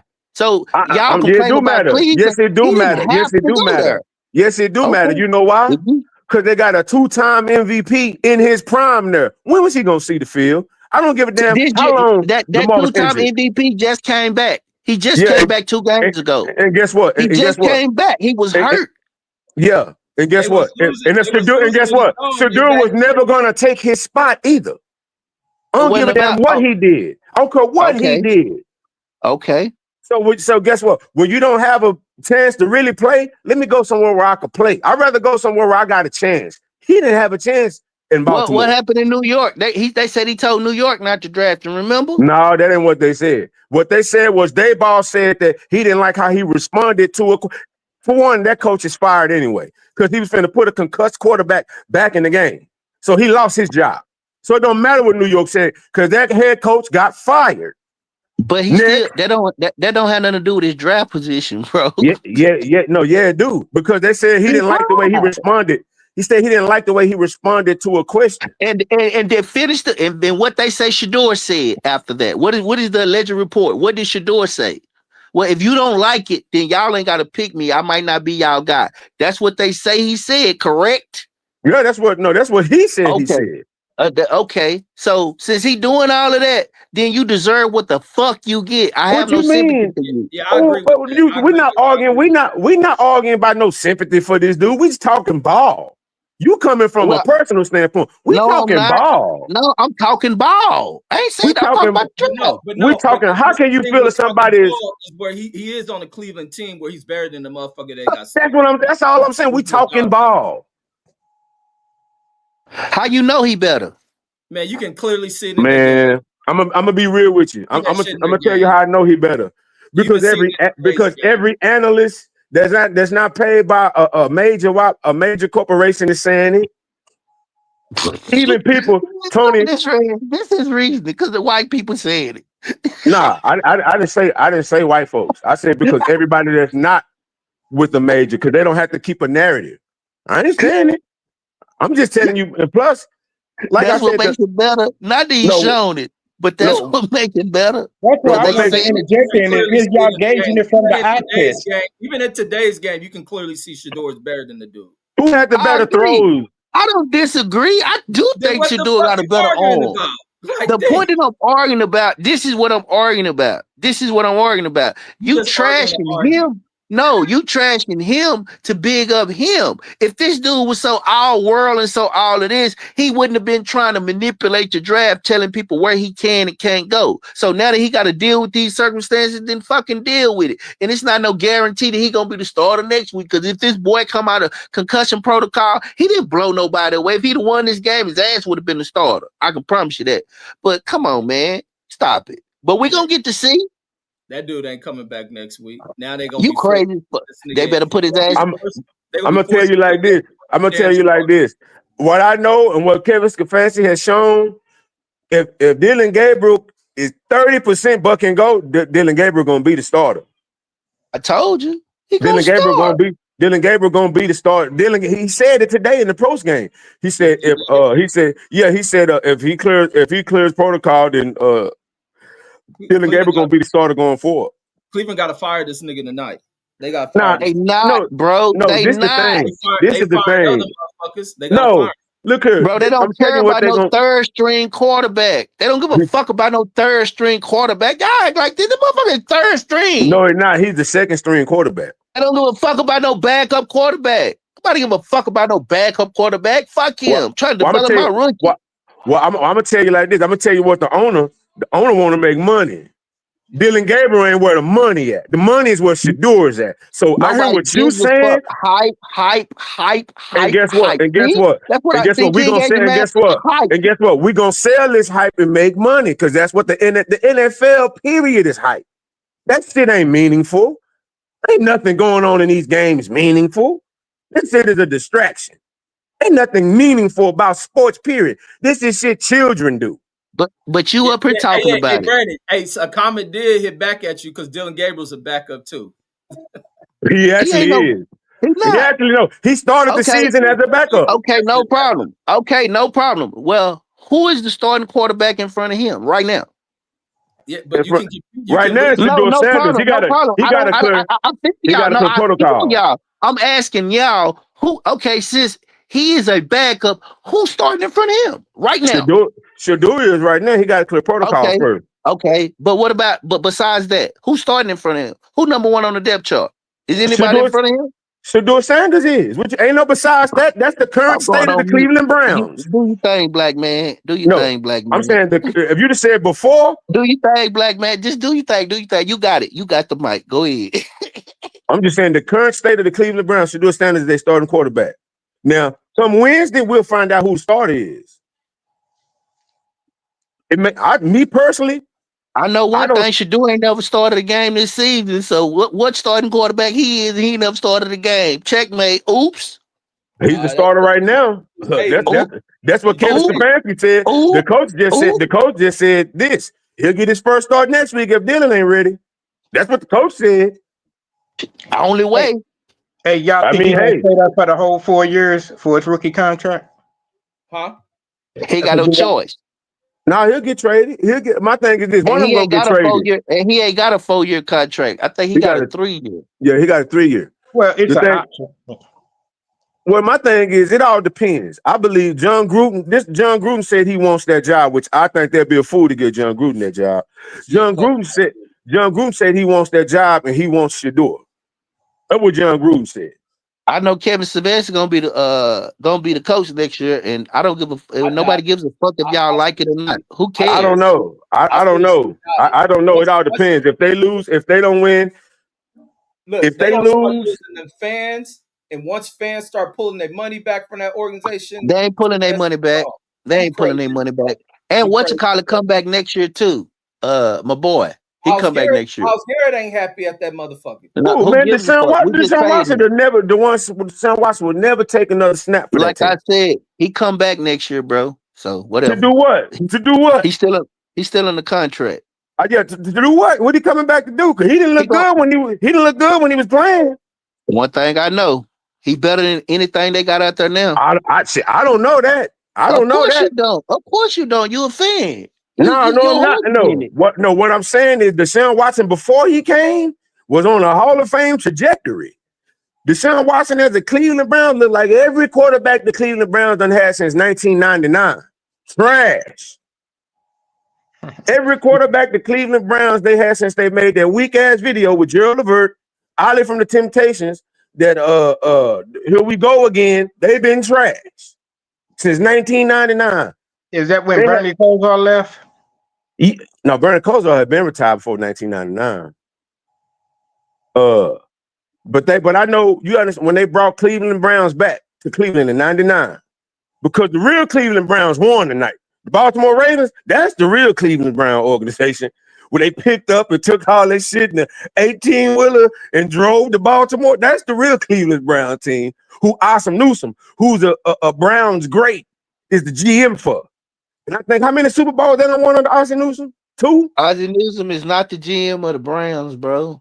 I mean, not the Browns. I'm talking about I'm talking about he was a Browns legend. He's not even a GM of the Ravens. That man been retired. Yeah, but he's still an advisor. But he was the GM when they won Super Bowls, is what I'm saying. The 2 Super Bowls they got, he was the GM. He wasn't a GM. He had a high-ranking position, but he wasn't a GM, was he? Hell yeah, he was the GM. He was the GM. Hell yeah, he was the GM when they won the Super Bowl. Yes, he was. Yes, he was. My bad. Yeah, and that's what I'm saying. He's a Cleveland Browns legend. He drafted all them dudes. He drafted Ray Lewis. He drafted. Can you classify Gruden as a good coach? Yeah, Gruden was a dude. Yeah. No, he was. See, I don't know. I mean, he had his moments back with the Raiders, and he got a Raiders moment. But no. What you mean? And he got a Super Bowl with the Bucs. I said that. That was a ready-made team. That was a ready-made team. That was a ready-made team. Yeah, that was what's his name? That's a ready-made team. Yeah, but Tony Dungy got his ring with a ready-made team also.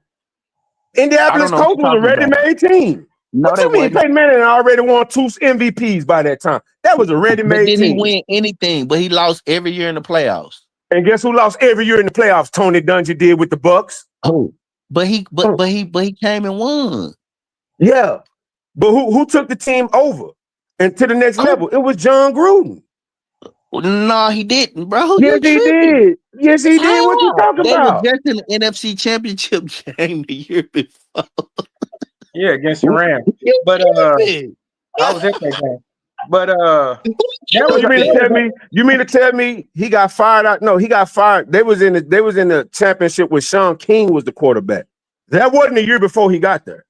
Bro, they was in the championship game 2 years before he got there. Yeah, 2 years before. I don't care what you say. And they lost. And guess what they lost? They lost in the first round the year after that. That's why he got fired. Then John Gruden came in and took them over the hump because they won the Super Bowl. Yeah, but he knew but that don't everything the make him a Ravens was good doing. coach. That don't make him a great coach. He said he didn't say great coach. He said good coach. Okay. John Gruden, hey, he better than Stefanski. I know that much. Let me ask you a question. I'm gonna ask you a question. Because I know you never even knew Stefanski name till this year. Yes, I did. He won 2 coaches of the year. Remember doing the draft? Remember doing the draft? You were jumping up and down, and I told you that boy wasn't gonna go, and you, hey, what you see? And I kept calling you, and you didn't want to answer the phone. You remember that? I was getting my hair done and my phone died. But this is what I'm telling you. Okay. I knew Stefanski name because he's the only coach in NFL history that got more Coach of the Year awards than playoff wins. That's how I know who he is. He's the only coach in NFL history that have more Coach of the Year awards than playoff wins. Name me another coach you got there. I just want to know. But you really care who the coach of the Cleveland Browns is? No. This is what. All I'm showing is the evidence of the franchise. Nobody cares though. We know that. Who cares? No, I mean, yeah. I definitely care about that shit because you don't watch the Browns. Name 3 players. Name the Browns wide receivers. Name 2 of them. Go, Reggie. Jerry Jeudy. I said Reggie. Go ahead, bro. Name shit. Bro, and I'm sitting at a computer so I can easily cheat this shit. but this the other thing. Like I want to see football play. If you did that means you ain't got no integrity. I don't want a coach that's sitting there deliberately trying to fuck somebody over. Like, do what's best for the fucking team. But you know that's not just the coach. That's coming from the organization, the GM, the one picked. Like, that's coming from the top. That ain't just the coach doing. That's them doing that as an organization. They doing that. And that's his fault because he turned down other organizations. It's his fucking fault he landed with the Cleveland Browns. He could have went somewhere else, winning and productive organization. He didn't have to go there.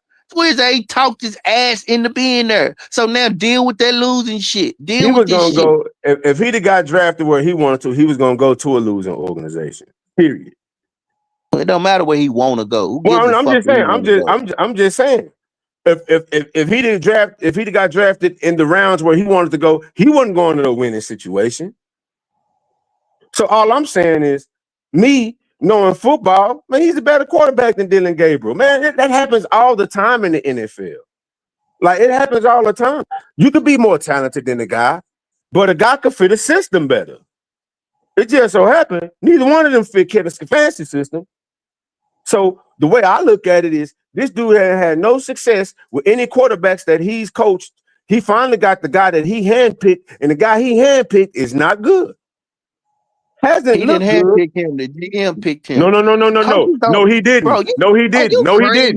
No. Coaches don't draft. This is the coach. No, he told the GM, "This is my guy." What are you talking about? Coaches don't draft, brother. Look here. I'm sorry. No, this is the guy he wanted.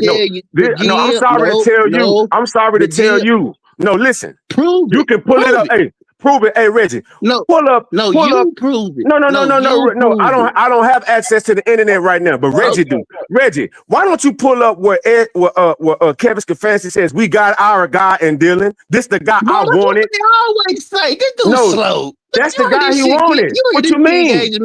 That's the guy they wanted. We got our. Hold on. Slow down. Hold on. It's called language, little brother. We got our guy. He didn't say I have my guy. Do you know who Andrew Berry guy was? No. Do you know who? No. Listen. Do you know who Andrew Berry guy was? The GM. It was Jackson Dart. Why didn't they pick Jackson Dart when they had a chance to? Because they traded their second round pick. They could have easily drafted Jackson Dart. Why did they wait to the third round to pick a quarterback? Because Dylan Gabriel was Kevin Stefanski's guy. That's who he wanted. How you know? That's what they said. He said it out of his own mouth. He did not say that. That man did not say. He did say Dylan Gabriel was his guy. Dylan Gabriel was the guy he wanted. When did he say that? After the draft? Of course he said that. That's the guy I wanted. That's the guy he wanted. Okay. Look here. So all I'm saying is, did the Cleveland Browns not have the second pick? All I'm asking, did they not have the second pick? Why didn't they get Dylan Gabriel with the second pick in the draft? I just want to know. Because they knew he was going to be. Because they knew he was going to be there. I wasn't in their war room, bro. I don't know why them people did what they did. I'm just saying. They took offensive lineman. I don't know. They didn't take an offensive. They didn't take an offensive lineman. They traded their pick. Well, the fuck I'm saying with they pick, they took an offensive lineman. I think. No, they drafted one of Mason the other Graham. Mason Graham from Michigan. So you don't know why they did what they did. They traded back. No, they traded back. That's what they did. They traded back and got 2 other draft picks because they knew They knew that they didn't want their guy was gonna be there. That's what they did. They knew they needed a quarterback. No. Yeah. They knew they needed a quarterback.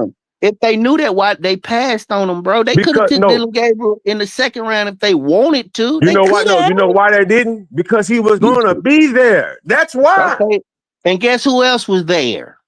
Oh yeah, they didn't want Sheduer. They wanted Dylan Gabriel.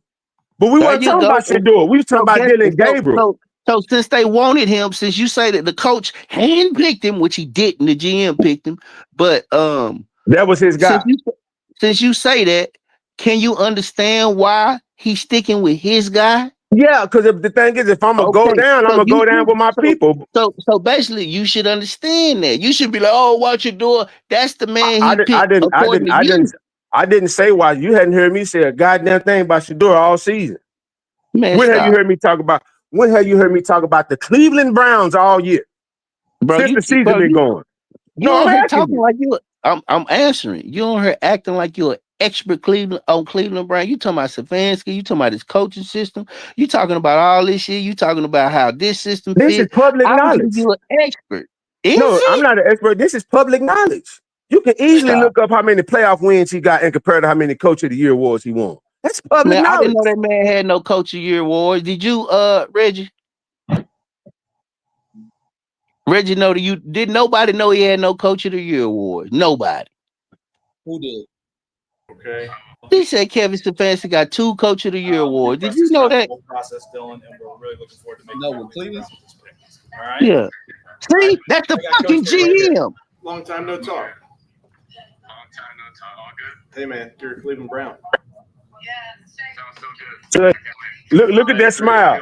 They also got the same agent too. They also got the same agent too. So just so you know. Hold on.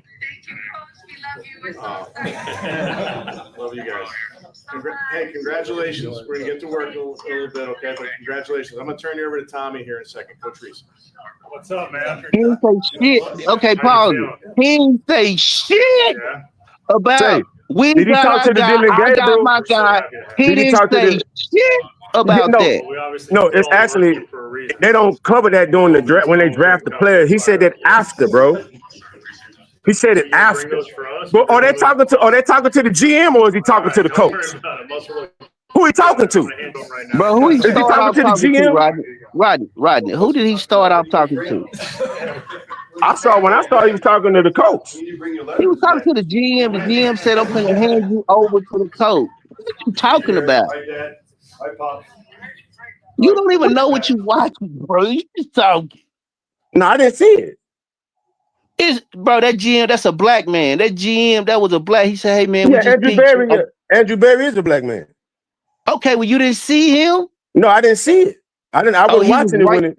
He was right there on screen. He handed the phone. He talked to Dylan Gabriel first and then gave the phone to the coach. And then that coach talked to him for a little while and gave the phone to another coach. Yeah, to the quarterback coach, Tommy Reese. All right, look, here goes something right here about it was Kevin Stefanski who keyed in on him.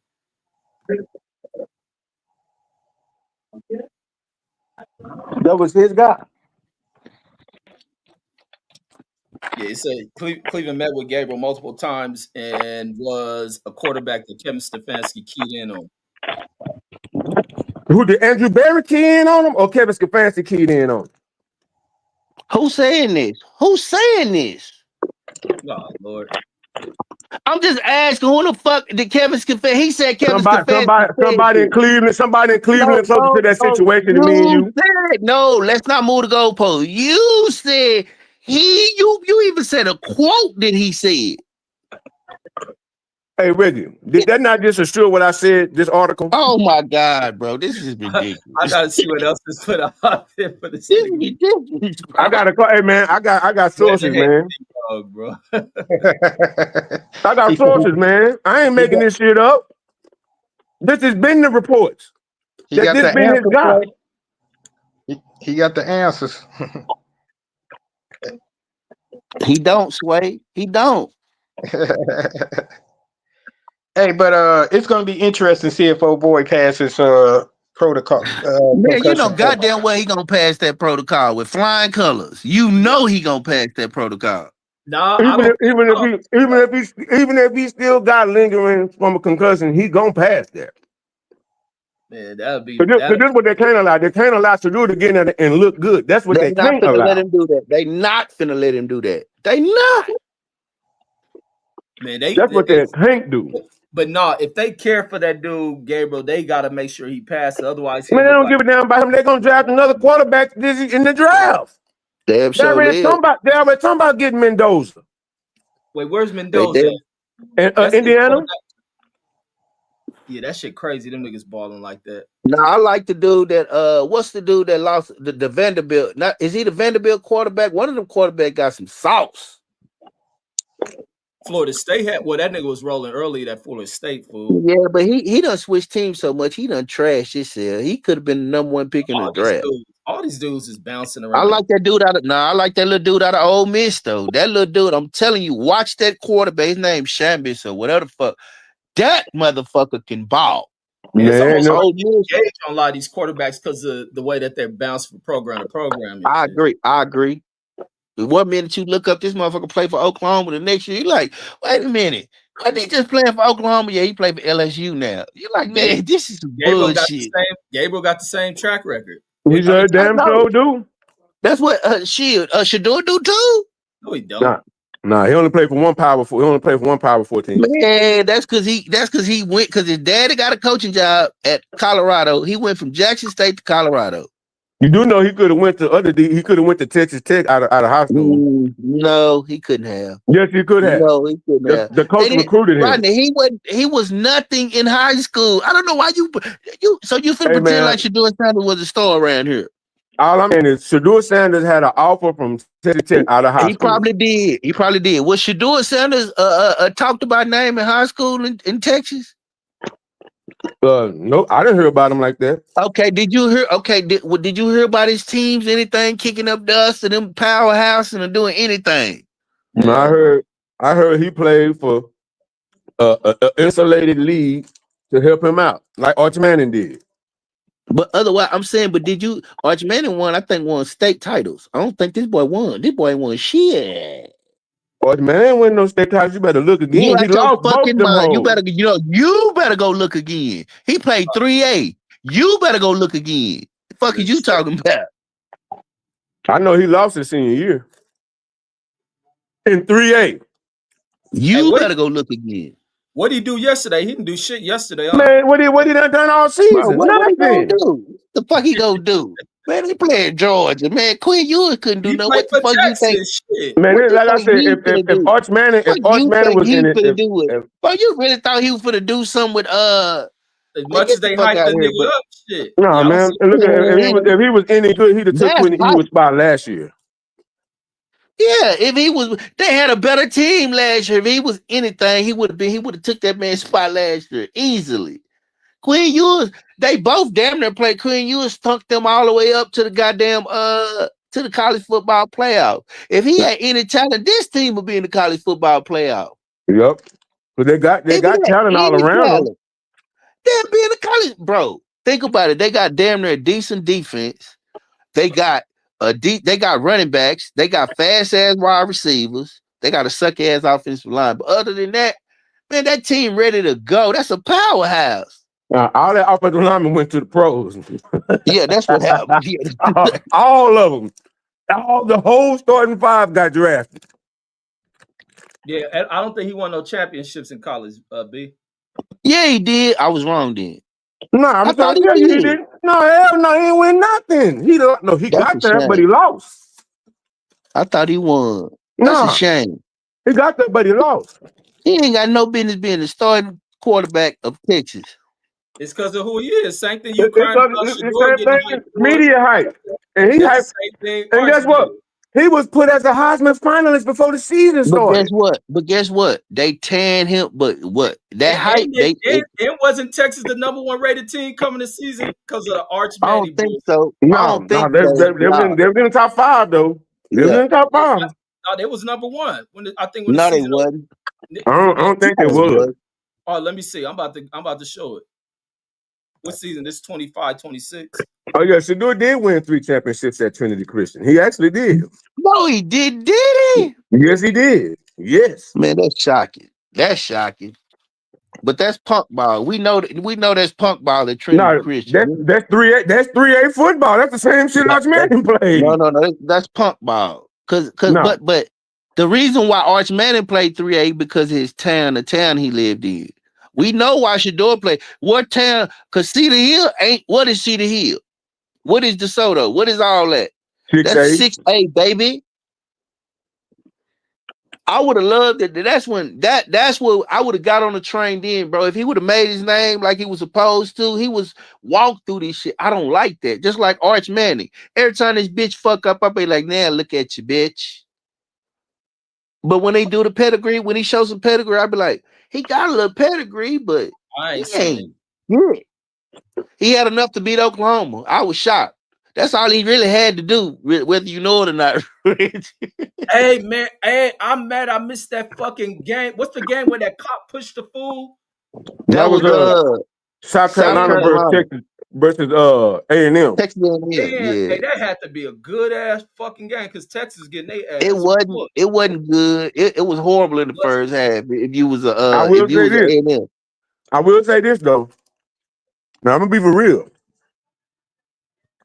I do not like talking sports with newly added Colorado fans. I do not like talking sports with them. Man. But that's how state troopers act, though. State troopers act like that, Reg. How you seen that state trooper act? That's a state trooper for real. Like them the ones that be on the freeway. That's a Texas state trooper. That's a Texas state trooper for you, boy. Them the ones that be on the freeways and shit on the side of the road. They get out with the big cowboy hat on. That's them for real. And that's the way he acted. That's their attitude. Like, motherfucker, you better get right. Like, that's their attitude. Big old white. They for real. That's when I saw that, I laughed. I said, boy, they got to see these motherfucking Texas state troopers. Man, that's real talk. Yeah, that shit ain't cool at all. But I heard did they say something happened with that trooper or some shit. They just dismissed him from the games. They ain't gonna fire him from his job. He just can't work. He just can't work the games no more. Can't work the game. Tripping like a motherfucker. And he probably was caking up making them get playing. He probably was making $200 an hour. Ain't no telling how much that goddamn man was making working them games. Yeah, that nigga was wilding like a motherfucker, pushing that dude like that. That's what they do, Reg. They bullies out here, bro. They be beasting. Y'all state troopers wear cowboy hats too, right? Huh? Y'all state troopers wear cowboy hats too, don't they? Hell no. I don't think our highway patrol wear none of that shit. No. Out here in Vegas, I think they do. They're not highway patrol. They state troopers. It's a difference. No, we have highway patrol. That's our state troopers. So y'all don't. Oh, okay. And they don't wear. You sure they don't wear cowboy hats? In Vegas, I think they do, but in LA, no. I never seen highway patrol wear that shit. No. Oh, okay. In LA, I don't think they do. They may not in LA. Yeah, California, no. But maybe Northern California. Here in Nevada, they do that shit. No, highway patrol throughout the state of California. Okay. Like Chips. That was my shit, boy. Chips. I used to love Chips. But it used to be some weird shit. Every time it was something going on in California freeways. I'm like, God damn. A van on fire. This going on. I'm like, man. Boy, I want to ride a motorcycle. Boy, I want to be in Chips. You watch Chips growing up, Red? Hell no. You ain't watch Chips? Heck no, I know what it was, but I didn't like that shit. Man, I love chips. What else my shit, King? Man, you probably too old to know what chips is. But she love chips. Did you watch Chips, Asian man? Yeah, see, Texas was #1 in the season. Y'all got it right here. That's crazy for nothing. Because of Arch Manning. Why in the fuck would they be #1? But he didn't even play. And they lost in the fucking second round of the to Arizona State. No, they did. They beat them. No, they beat Arizona didn't. State. Hell, Yes, they did beat Cam. They beat them. Cam Scatterboot lost. They beat them. They lost to Georgia, I think, again. They beat them. They beat Arizona State. It was like 40-38 or 30. It was a close game. They beat them. Yeah, they had Texas won because of Arch. Yeah. I don't know why they didn't deserve it. They started quarterback left. They shouldn't. Ain't no way they should have been #1. Your starting quarterback just left. Because of Arch Manning. That's the hype. And then I think that first game was against Ohio, I believe. They lost that game. Oh, I'm so glad. Ohio State tore their ass up. No, they didn't. No, The game was 10-7. It was like a 2 or 3 point game. The game was like 10-7. They ain't tear shit up. But Arch didn't do shit. Man, I meant to say they tore Arch Manning ass up because he didn't do nothing. Yeah, he didn't do shit. He ain't done nothing really. He beat Oklahoma though. That's the only thing he need. Whether you know it or not, Rez, I'm gonna keep saying that. That's really all he need to do. Shit, he beat Oklahoma. That's your rivalry or something. I forget what they like call a that. motherfucker. Like a Red motherfucker. Red River Shootout. They don't call it that no more. They took the shootout out. They said it's too violent. The Red River Classic or some dumb shit. Yeah. For real, it used to be called a Red River Shootout. They changed the name because they said it's too violent. So, but hell yeah, bro. He beat Oklahoma. That's all he needed to do. Shit, he got that on his resume. He'll be forever better to tell other Texas quarterback, yep, I beat Oklahoma. Baker Mayfield still talk about beating Texas to this day. Like, that's a big deal when these dudes go back to these colleges. Shit. Y'all make football big out there and shit. Man, it's big in California too. Let USC, it's big in California start winning. Let USC start winning. Again, because when they was winning, you couldn't hear shit. Stars. Reggie Bush fucking with what was he fucking with Kim Kardashian back then? Ain't no telling they doing all kind of shit. But guess who stomped on their ass? Matt Larned.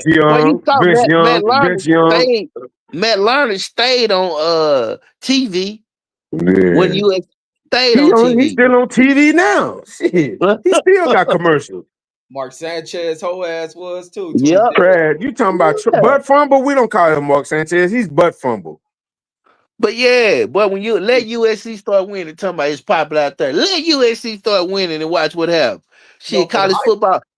No, high school is big, but our high school teams be higher rated than y'all's. But football bigger, like y'all fan base and the way y'all pour into football, y'all bigger than how it is in California and shit. Yeah, we got better stadiums and shit.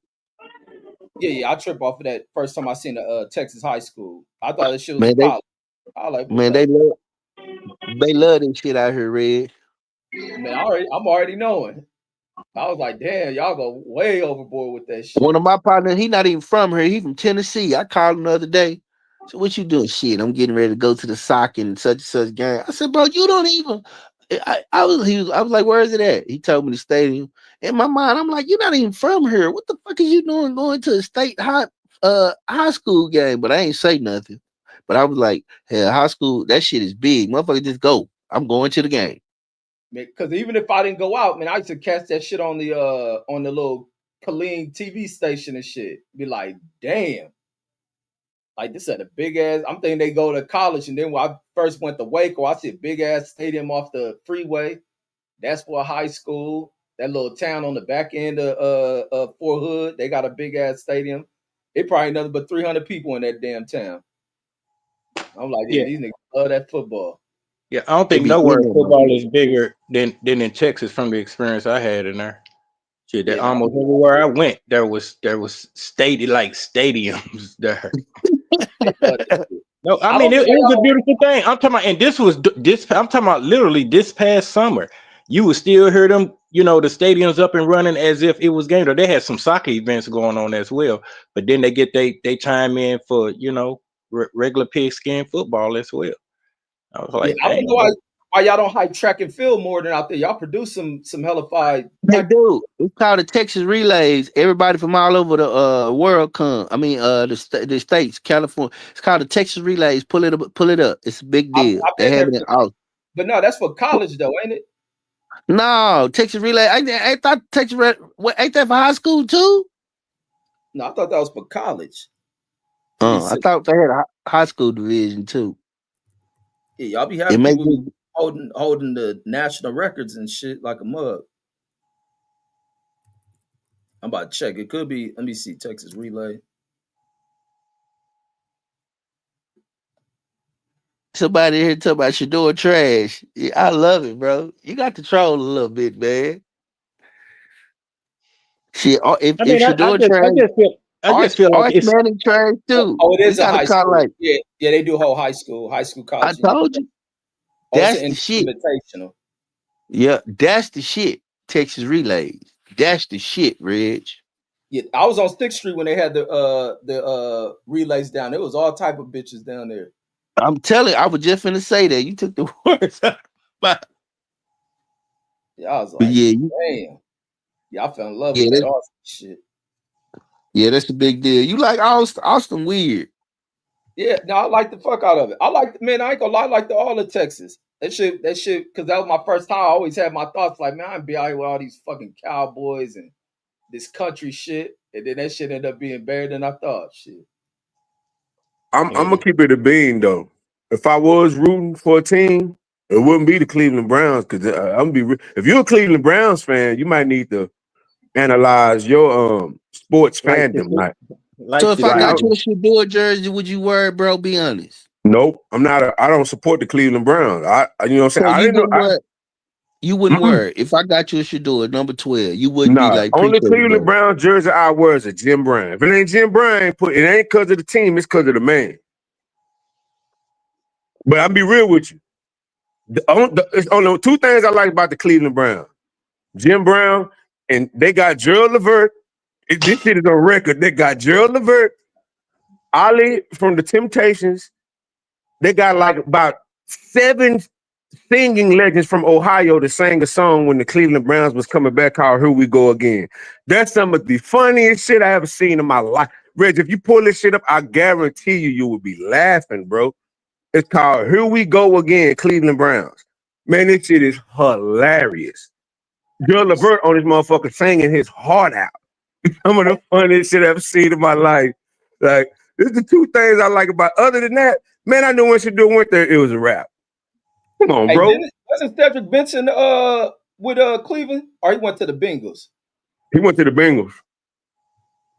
Man, Cleveland Browns is where you go to die as a quarterback, bro. Come on, that's where you go to die as a quarterback. What notable quarterback had they had since 1999? Since 26 years?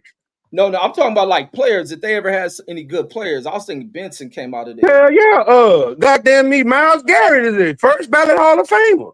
Oh yeah, he is. Yeah, what he had? How many sacks he had tonight? 4, 5. Yep. Yeah, his ass need to leave. You weren't rocking with Kevin Mack. I know you played Checkmo Bowl. I used to always pick Kevin Mack. I mean, yeah. Man. Hey, bro, I'm gonna be honest with you. All these stupid ass like raps and all this shit. You know what I'm saying? Not you don't get a shot at a half of football. Like that's not a shot. A shot is a 6-game stretch like Dylan Gabriel got. One of the 2 greatest voices to ever come out of Cleveland, Ohio. The other one being his it's called Here We Go Again, the Cleveland Browns song, like with Gerald Levert. Like, how they convince him to do this stupid? It's hilarious, bro. He look so out of place with these motherfuckers.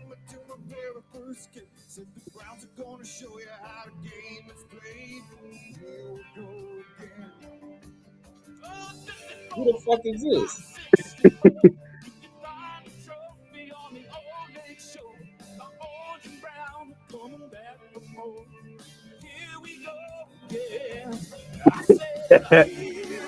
You gonna get a strike for that bullshit. No, they'll let me. That's not a real song, huh? No, I said we're doing the lives. They'll let me remove it.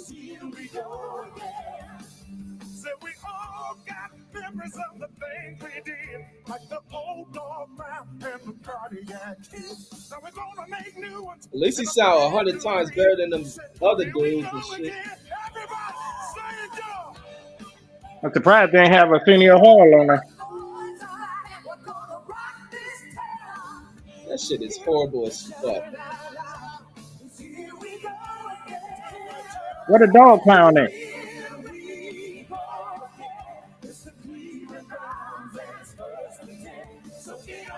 Cleveland Browns first and 10.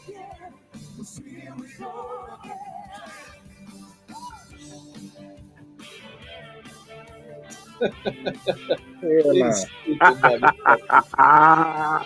Say, I ain't gonna lie though. This the best shit you ever did. This some of the best shit you ever seen involving the Cleveland Browns though. Man, that Right. shit is dude. But I'm being real. That joke of an organization. That's what quarterbacks go to die, man. When as soon as I seen Sheduer got drafted by, I'd rather him not get drafted. Shit, if that's where he gonna go. Hey, wait, what did the Houston Oilers? What did they become? The Tennessee Titans. Tennessee Oh, that's Titans. the Titans. Okay. Yeah. Tennessee I'm wondering why Titans. is Earl Campbell still living? I think he might be, or did he just die? Why did they say why did both of them teams leave? Well, leave Cleveland because they was trash. But I mean, they need to leave again. They need to leave again. I think Houston wanted a new stadium. Yeah. Is that the team that they just abruptly left? They didn't tell nobody, or was that? No, that's Baltimore. No, that was Baltimore. that was Cleveland that left in the middle of the night. Right. It snuck out. It snuck out. Say, bro, that's hilarious, bro. The Mayfair trucks pulled in and shit. The Mayfair trucks pulled in. It packed up all their shit and snuck out in the middle of the night. Hey, but it wasn't too sneaky because even though they didn't have somebody was up there recording all that shit because I saw that shit the next day and shit. but when you saw it, the trucks was loaded. When you saw it was daylight though. Yeah. It was daylight. They seen them niggas drive.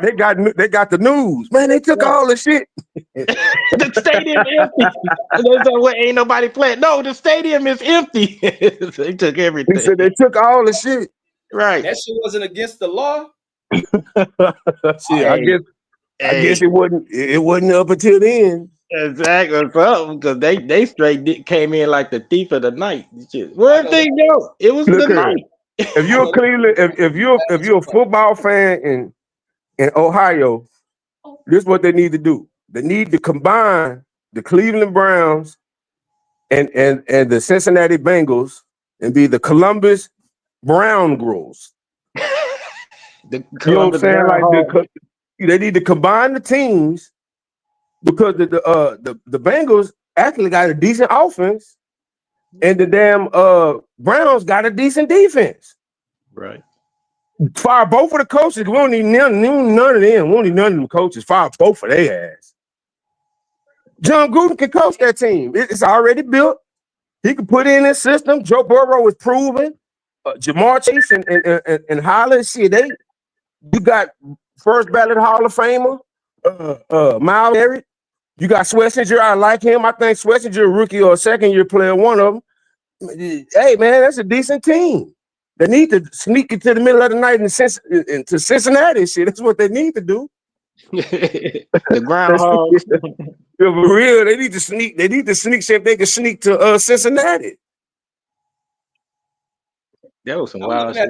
I'm looking at this Eagles game, man. Do you think it's time for the Eagles to? I mean, they winning, but then that motherfucker Hurts ain't doing shit passing wise, man. And I hear the players starting to flip on his ass now. Man, this is the thing, man. Shedeur Sanders always will be better than Dylan Gabriel. He had a better grade than him coming out of college. It's just what it is. No, I'm talking about Jalen Hurts with the Eagles. Oh, Hurts. I mean, to me, Hurts was good. He wasn't great to me. He was good. He wasn't great though. Man, Hurts had the best. He had a top three. He had a top three passing attack with a top 5 tight end, two top 7 wide receivers, the best offensive line in the league last year, and the best running game in the league last year. And the defense was top 5. So he should have won. Like Jalen Hurts is good, but come on, bro. He ain't no. He good. Man, they say the receivers starting to flip on his ass. Now it's really AJ Brown. Yeah, because they're not getting the ball. That they barely AJ 200 yards. A lot of people gotta understand, man, with this Shedeur Sanders thing. You know how many quarterbacks wasn't in winning programs in college, but still got drafted high? You know what I'm saying? So it's about the talent. It's about whether the GM and the coach think that this player fits our scheme, fits our program. You need to go get in the bed, man. It's 9 o'clock. Oh, my mom's on 6 or 9 from 7 to 9. Okay. You know what I'm saying? It's more than that. But from a pure quarterback standpoint, come on, bro. You know, man, Dylan Gabriel can't throw the ball 30 yards, bro. Like, come on, like, what are we talking about? When you don't take no risk, you ain't gonna ever be in position to do nothing. Like, Dylan Gabriel don't throw balls down the field. So it ain't about, you know what I'm saying? It ain't even about who's better. It's about who fits the system. This will happen. Neither one of them fits Kevin Stefanski's system. I don't know a quarterback that does. I hadn't seen him yet. I thought Baker Mayfield was the one. He didn't want Baker.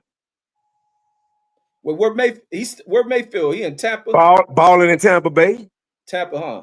They didn't want Joe Flacco. Joe Flacco go to the Bengals, and Joe Flacco almost got 2,000 yards already with 5 games with him. And when he with Baltimore for a while? Yeah, Joe Flacco won Joe. He was with Baltimore. But old Joe Flacco. Right. You know what I'm saying? So yeah, man, we if you're gonna talk about Cleveland, talk about the inept ability for them to draft talent on the offense. Because this was a draft to do it. Jackson Dart was there. You wasn't gonna get Cam Ward. Cam Ward's gonna always go to the Titans, but Jackson Dart was right there. You pass on Jackson Dart to draft Dylan Gabriel?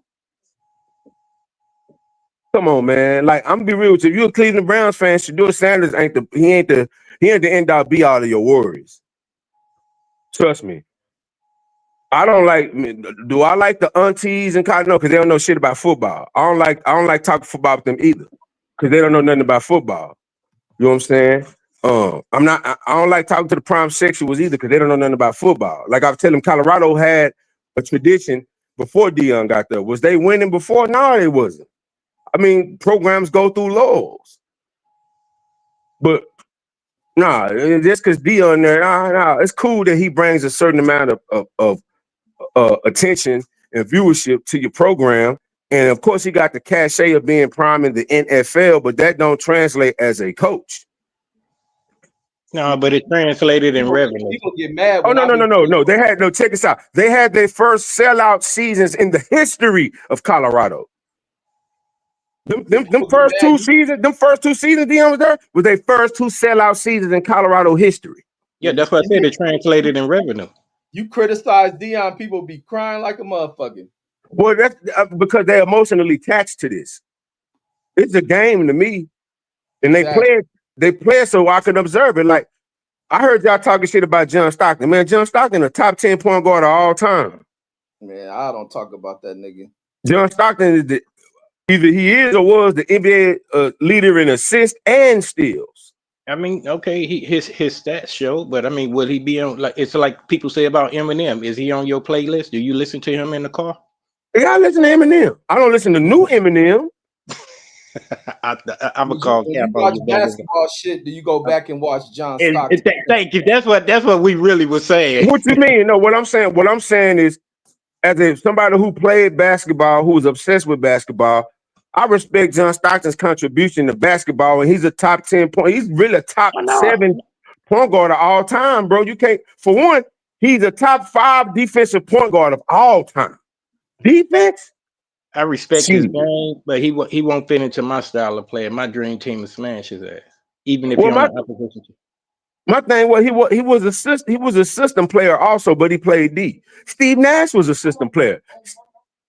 Steve Nash didn't put up no numbers till he got to Phoenix and played in that Tony offense. The same Steve offense that Jeremy Lin played in and put up numbers. But when they got in a system that wasn't predicated on that shit, what they do? Nothing. Nothing. Yeah, he definitely wasn't deserving of those 2 MVPs and shit. Y'all know who should have got him. May he rest in peace. Yeah, and that's when they was whitewashing the league. Even with Dirk, didn't they? No, they robbed Tim Duncan out of an MVP. Right. Tim Duncan had to share. The year that Dirk won, Dirk deserved his shit. Now the year Steve Nash won, Shaq should have won it that first year, and the second year LeBron should have won that hoe. Stop it, fam. So Kobe shouldn't have got neither one of them. Hell no. Kobe got what he deserved. Okay. Kobe got the one he deserved. No, but that 2007, that shit should have went to hold on, which one was it? Because I think Nash won in 06, 07, right? 06, 07, right? 06 should have went to Shaq. 07 should have went to LeBron. Shit. Didn't Nash go back to back and they gave it to Dirk back to back? No, Dirk only got one. Oh, Nash got 2 of them. Yeah, Nash got 2. Hey, no, that's what I was talking about. Didn't they make somebody share MVP in one? Was it the NFL? That was Steve McNair, I think. No, they Barry Sanders and Brett Favre won co-MVPs one year, I believe. Yeah, and they robbed, I think it was Steve McNair out of that shit one year. I think he had to share that shit. But I was thinking somebody in the NBA had to share one before. Well, they got co-rookie of the year, Jason Kidd and Grant Hill. Jason Kidd. Damn, Jason Kidd rookie year was that good? Hell yeah. Yeah. Jason Kidd was that shit. Wait, came from California. Yeah, what you mean there is no white player? You crazy as hell. If you think Larry Bird ain't top 10, shit, you crazy. Larry Bird top 10. I think I can run 10 down better than him. You said who? I can't fuck with that. I think I can run 10 down better than him. Shit. Go for it. Go for it. Bird. Fuck no. See, but Larry Bird beat the best of the best. When he won the championships, he beat the best of the best. Now, don't get it twisted. No, I give him top 20, but top 10, I think. Man, 10. I'm giving him top 10. You crazy as hell, you don't think Larry Bird top. Man, I'm gonna keep it a bean. Larry Bird better than Magic Johnson, bro. I'm gonna keep it a bean. Man, Magic Johnson, man, look at Magic Johnson. Look at what you mean? Man, what the fuck Magic Johnson do besides throw the goddamn ball to Kareem Abdul-Jabbar, who's the best goddamn player in the NBA for 7 straight years? Shit, name a better facilitator than Magic. Is that a point guard? I couldn't see Jason facilitator. Jason Kidd. Jason Kidd wasn't a better facilitator than crazy as hell. Yes, he was. Jason Kidd. No. I'm gonna be real with you. Isaiah Thomas better than Magic Johnson. Shit. No, he wasn't better at facilitating. Isaiah Thomas won with less. Isaiah Thomas won with less. Isaiah Thomas won with less, bro. Man, let's be real, bro. Magic Johnson didn't do shit, but Magic Johnson had got that rookie of the year, man. Bird should have got that rookie of the year.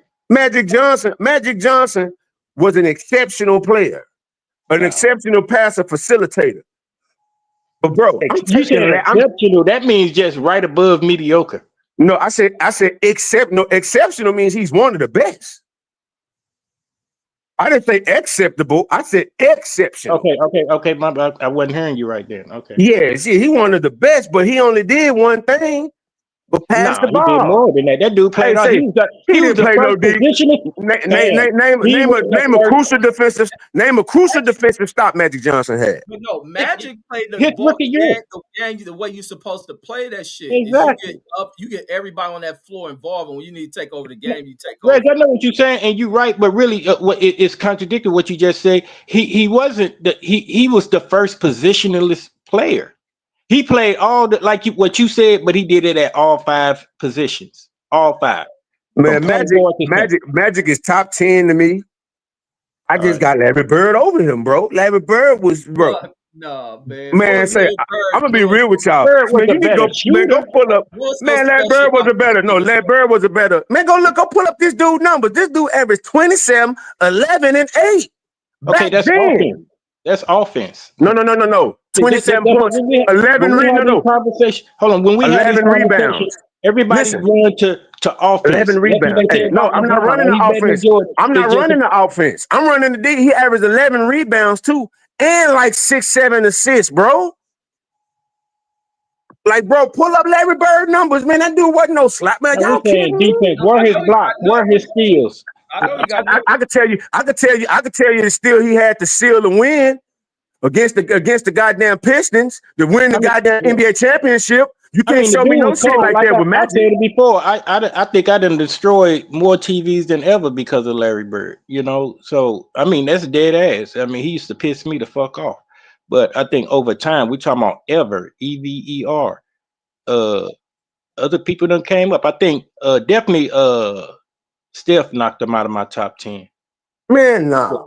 I like Steph, but nah. I'm not thinking Steph would have 2 championships if it wasn't for Kevin Durant.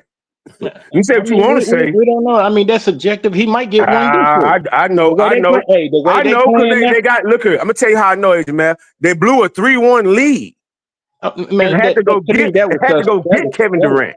That was suspect right there. But I mean, it happened. You know, to me, it was suspect. You know, anything with LeBron, you know, it was kind of like LeBron shouldn't have all the rings. You could give him that 3-1, but look at the one where in Miami in the second one.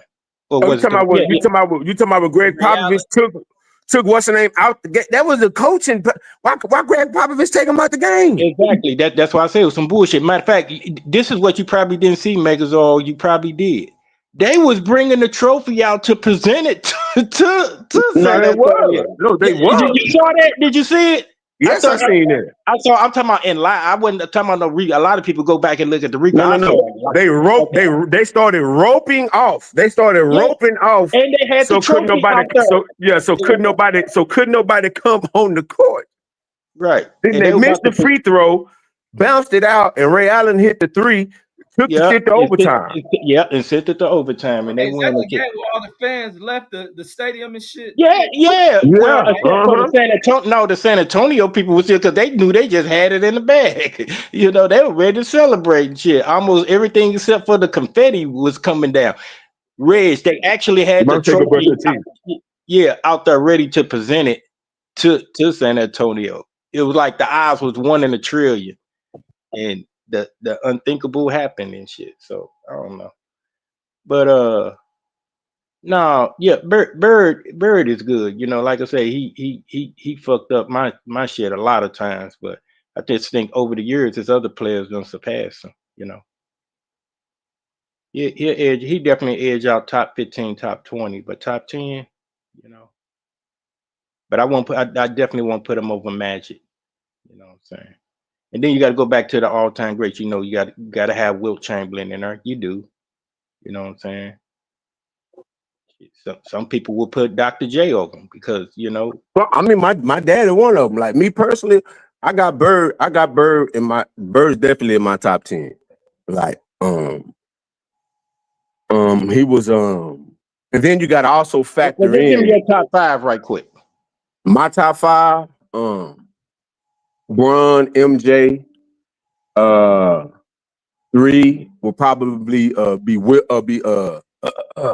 Cap. I gotta put Cap in there.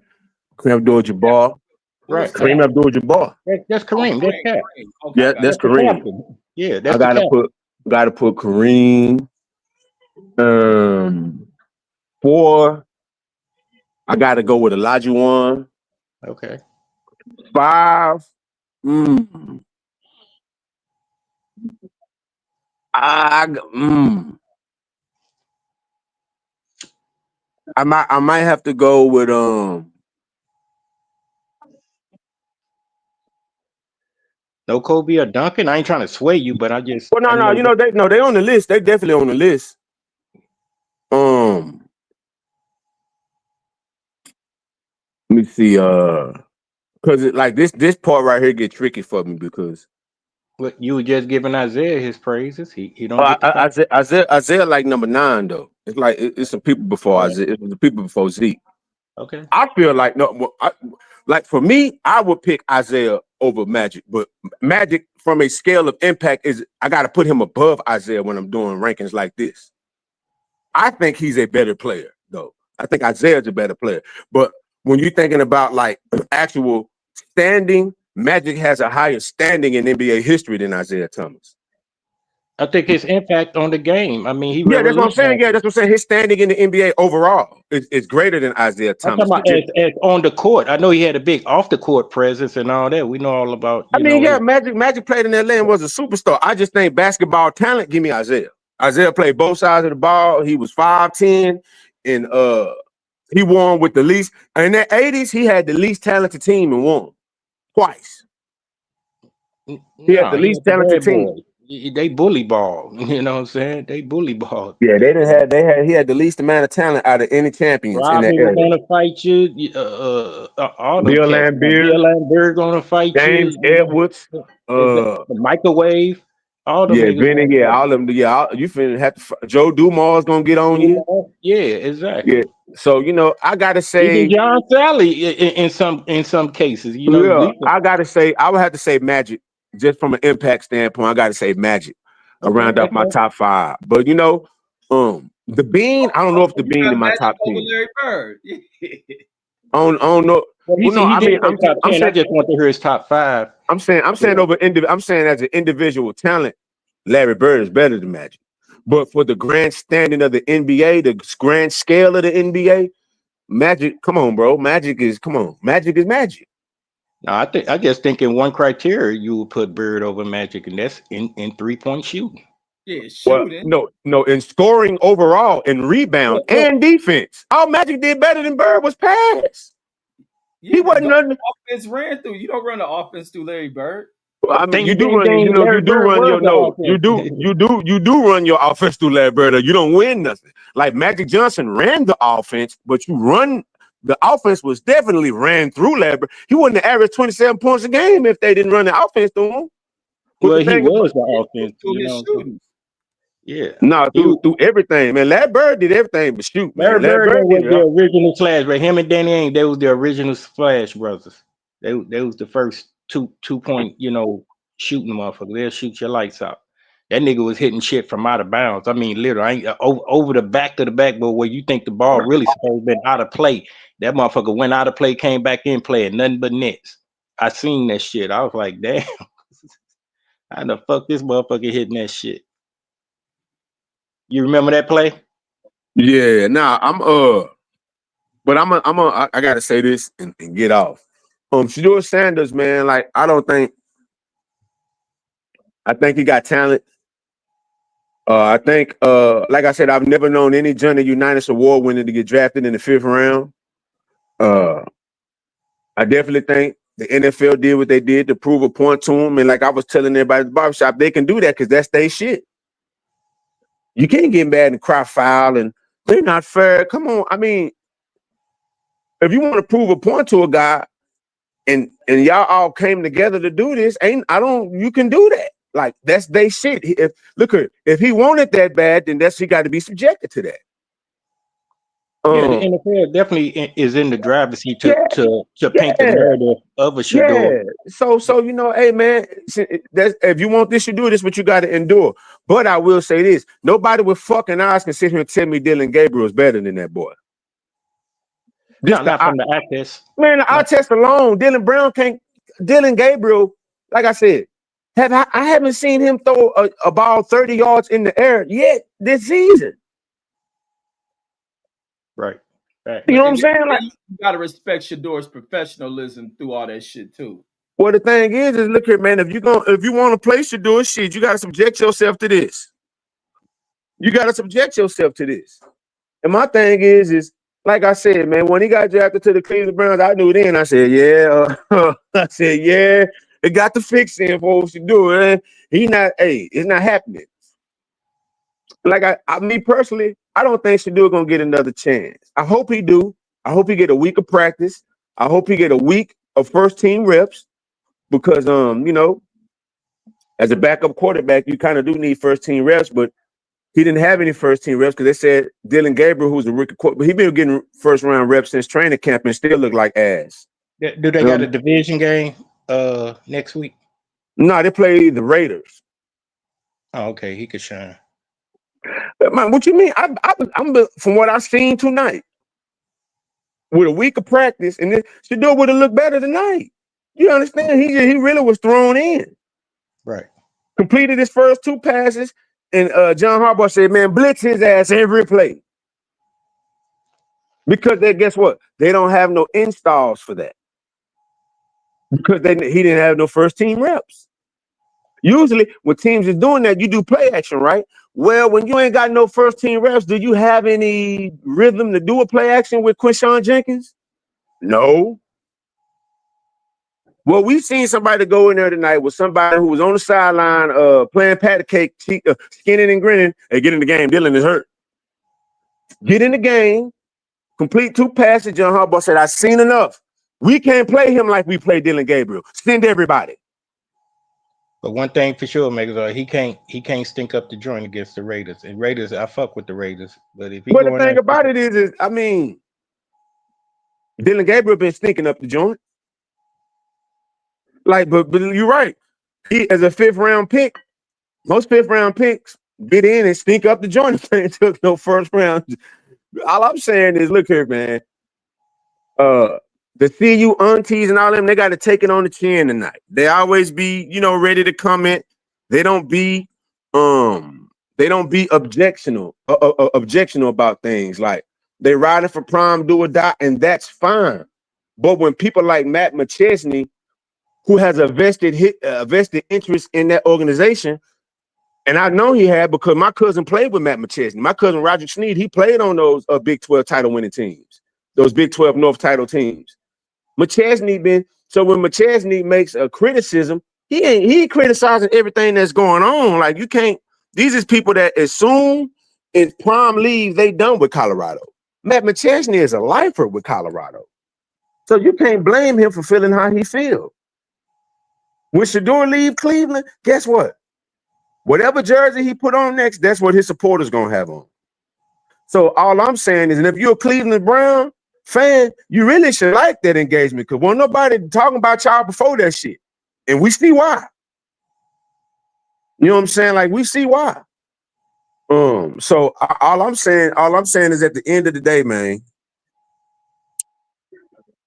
we know for a fact Shedeur Sanders is better than Dylan Gabriel. The passes that Sheduer completed tonight were better than any passes Dylan Gabriel completed all season.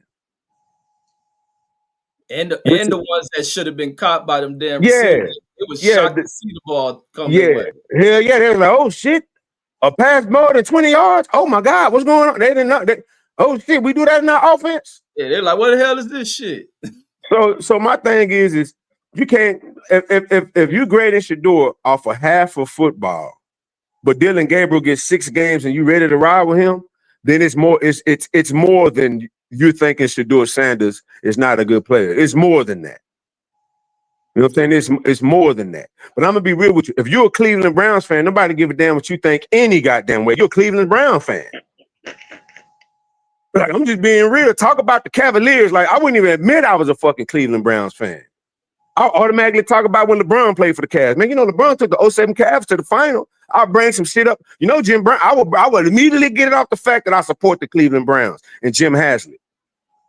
Yeah, I think I would have been jump ship on them. Hell yeah, I'd have found a way to sneak in that goddamn 18-wheeler that left in the middle of the night. They done packed that shit and seen me on it. Shit. They'd have let that shit up and seen me on that motherfucker. That's I don't think a lot of them don't remember that. They probably, man, that shit say, bro, that shit was on Sports Center. I'd never forget. I asked my dad, I said, Daddy, can they do that? It was snowing. It was snowing heavy. They were like, it was snowing hard as hell. Hey, bro, I asked my dad, I said, Daddy, what are they doing? Can they do that? My daddy said, I guess they can. How long was they there when they brought Ray Lewis and all? They won a Super Bowl quick, huh? They won a Super Bowl in 2000. Right. What year did they leave? They left in like 90. It was like 6 years. Yeah, didn't they leave in like 97, 96 or something, right? Yeah, it was like in the mid 90s. Yeah, them niggas left like a thief in the night. It was snowing. I remember a goddamn gray. It was early. No, it was mid 90s. Yeah, it was mid 90s. I remember it was a green. It was a green Mayflower with the yellow writing on it. Now it was a whole train of them motherfuckers. Yeah, no. It was a fleet of them, like 3 of them. Right.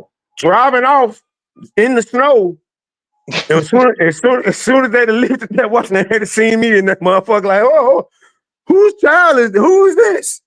Shit, y'all take me with y'all. I ain't finna do this shit. It was funny when they were interviewing the staff. They went in there, they didn't know shit. They were like, "Where everything at?" Them niggas was looking flabbergasted. They had their hand on the back of their head and shit. Scratching their head like that. They was flabbergasted. That's fucked up. It's like you ain't got a job no more. That's some cold shit. Hey, that's how bad they was though, bro. I'm be real with you. If they did that shit, if they did that shit in random time, it wouldn't be no outcry. They packed them niggas up, they said, fuck that, we could do. It wasn't even the word wasn't even official yet. It was only talks about it. It wasn't even official yet. Man, they packed that shit up and left. They said, "No, nigga, talk about Bone. Like talk about Crossroads." Exactly. They told me, don't talk about the Browns no more. Talk about Bone. Talk about East 1999 and Crossroads. Nigga, we out this hole. Yeah, that nigga had real beef with the city or something to do that kind of shit. That was some way out shit. Nah, that's wild, bro. That's wild as hell. Unheard of. Because when the Oilers left, the Oilers didn't leave in that fashion, huh? No, hell no. The Raiders did that shit.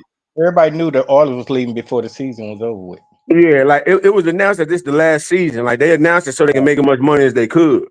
Right. Because people had already started. They had already started printing Tennessee Titan jerseys and shit. Yeah. The last year, the Oilers, they already showed what Tennessee Titan jersey was gonna look like. Yeah. And they had the stadium. You know what I'm saying? So that's why when the Texans came, they built a Reliance Stadium. Yeah. And then they won well, they went to the Super Bowl. They didn't win. They went. Our Rams beat their ass. That was a hell of a Super Bowl. Oh yeah, man. That's up there with some of Eli Manning's Super Bowl. Hey, cause shit, when the Titans came out, they went to the Super Bowl quick, huh? With Fisher.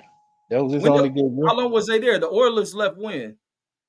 The Oilers left in 98, 99, one of them. So they almost won the Super Bowl. That was a real young ass team. Yeah, like it was a like I think they fuck around and went the year that the inaugural year of the Tennessee Titans, if I'm not mistaken. Was that year they did the hook and ladder? Yeah, when they did the music, it called the Music City Miracle. Right, the Music City Miracle. Yeah, there it is. The Music when Javon Curse was I think that was the inaugural. Either it was 1 year they left in 96. Okay, well then it was 3 years later. Then it was 3 years later. That's still fast. Oh yeah, that's still fast. Hell yeah. I think the Browns left in 95. If I'm not mistaken. So Bill Belichick, Bill Belichick. Right. It is 99. Wait, Tennessee. Oh no, it was called Tennessee Oilers. So 97 they got there. Oh, well, it took them 2 years then. 2 years. And I think, and if I'm not mistaken, Baltimore, it was 95. If I'm not mistaken. Oh no, I just remember it was snowing like a motherfucker, man. The motherfuckers like, nigga, we out of this. I bet the driver, hey, nigga, it's snowing. We got a delay. Fuck no, start that shit up. That nigga said, man, hell no. I said, man, you get in them trucks, you don't stop them goddamn trucks, come hell or high water. Get the hell out of here. Exactly. Now I know them fans ready to blow some shit up. But nobody knew till the next morning. Yeah, nobody didn't know. I found out it was way too late, nigga. Shit. Yeah, when they seen the footage, we all seen the footage. They was already in Baltimore by the time we seen the it was already in Baltimore and shit. Hey, what y'all gonna do? We already, they was already out of there. Shit. Yeah, that nigga cold for that. Hey, go back and look at what Red. Them niggas was walked in that motherfucker. They was straight scratching their heads like, hold up. Ain't shit.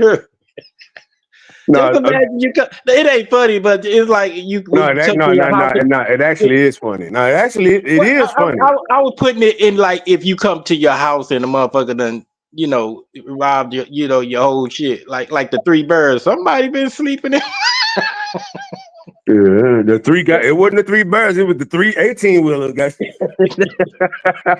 The 3 18-wheelers. Shit. They took the big bear shit, the little bear shit, and the mama bear shit. Yeah, man, out of there, boy. Them niggas came. Them niggas and was dumbfounded. Them niggas was dumbfounded. It was snowing hard. I remember it was Sal Pan. It was either Sal Pan Antonio or Dick Shapp. I think it was Dick Shapp who did the reporting. Right. It was Sal Pan Antonio or Dick. It was one of the two. I never forget it. They showed them goddamn trucks off on the road. All I saw was white grass and them riding on the goddamn street. And they said they had it from the back too. It wasn't even like it was from the back. Right. Yeah, they didn't have no front foot. It was like they it was like from the back. Like you saw the side of it for a little bit. And it was just straight the back of the truck after that. Yeah, so whoever that motherfucker that got that footage, it was like they barely got there in time.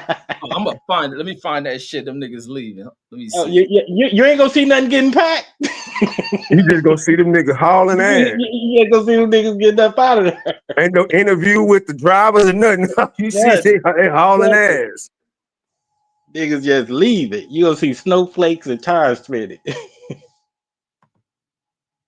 Yeah, that's. Hey, but I gotta get off here too, man. It's nice chopping up with you. Thanks again, Reg, for always having me on this shit. Oh yeah, man, for sure. Yes, sir. Yes, sir. Let me see if they got footage. I'm gonna pull that shit up. Yeah, I gotta see it one time. If they got it, I gotta see it.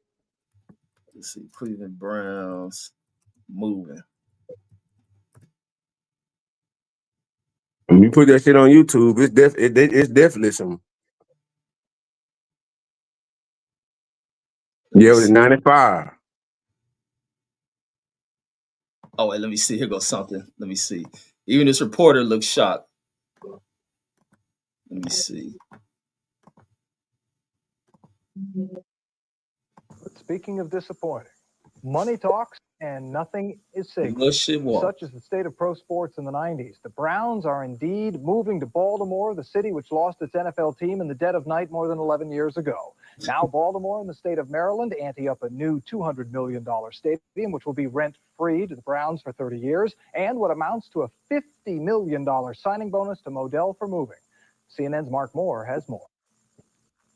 Ladies and gentlemen, we have a signed contract in hand. The Browns are indeed coming to Baltimore. The city of Baltimore rejoiced Monday as Cleveland Browns owner Art Modell announced his intention to move the storied Browns franchise to Baltimore. This has been a very, very tough road for my family and for me. I leave Ohio, 35 years, and leave my heart, a good part of my heart and soul there. I can never forget the kindness of the people of Cleveland, the fans that supported the Browns for years. But frankly, it came down to a simple proposition. I had no choice. This is a joyous day for Baltimore. He did some and backroom it shit. Baltimoreans to your proven love of the game of football in the years when we had a team and even in the years when we did not have an NFL team. The Browns are now the Baltimore Browns, and we're proud of it. For Baltimore natives, this was a day many thought would never come. After the Colts left in the middle of the night in March of 1984, this city has gone through so they 11 both did that years kind of of shit. searching for a replacement and being courted by other franchises only to be let down. But now it appears the NFL is coming back. Ecstatic. Baltimore Browns. It's got a nice ring to it. I have mixed emotions, but we tried to do it above board. We went for the expansion team. They said that's the way the game has to be played, so we played it that way. I feel bad for the people in Cleveland, but I feel better for us. The city of Cleveland is not giving up without a fight. Mayor Michael White is spearheading a group that claims Modell has never seen the city's final stadium proposal, and they don't want to lose one of the league's oldest franchises. Today is a sad day. It is a sad day for the state of Ohio, a sad day for Greater Cleveland, and a sad day for the city of Cleveland and all of its citizens.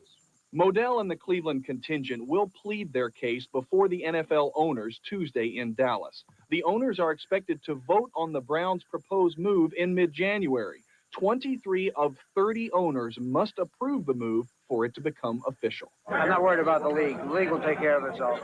In Cleveland's case, my observation is they've been very successful in their market.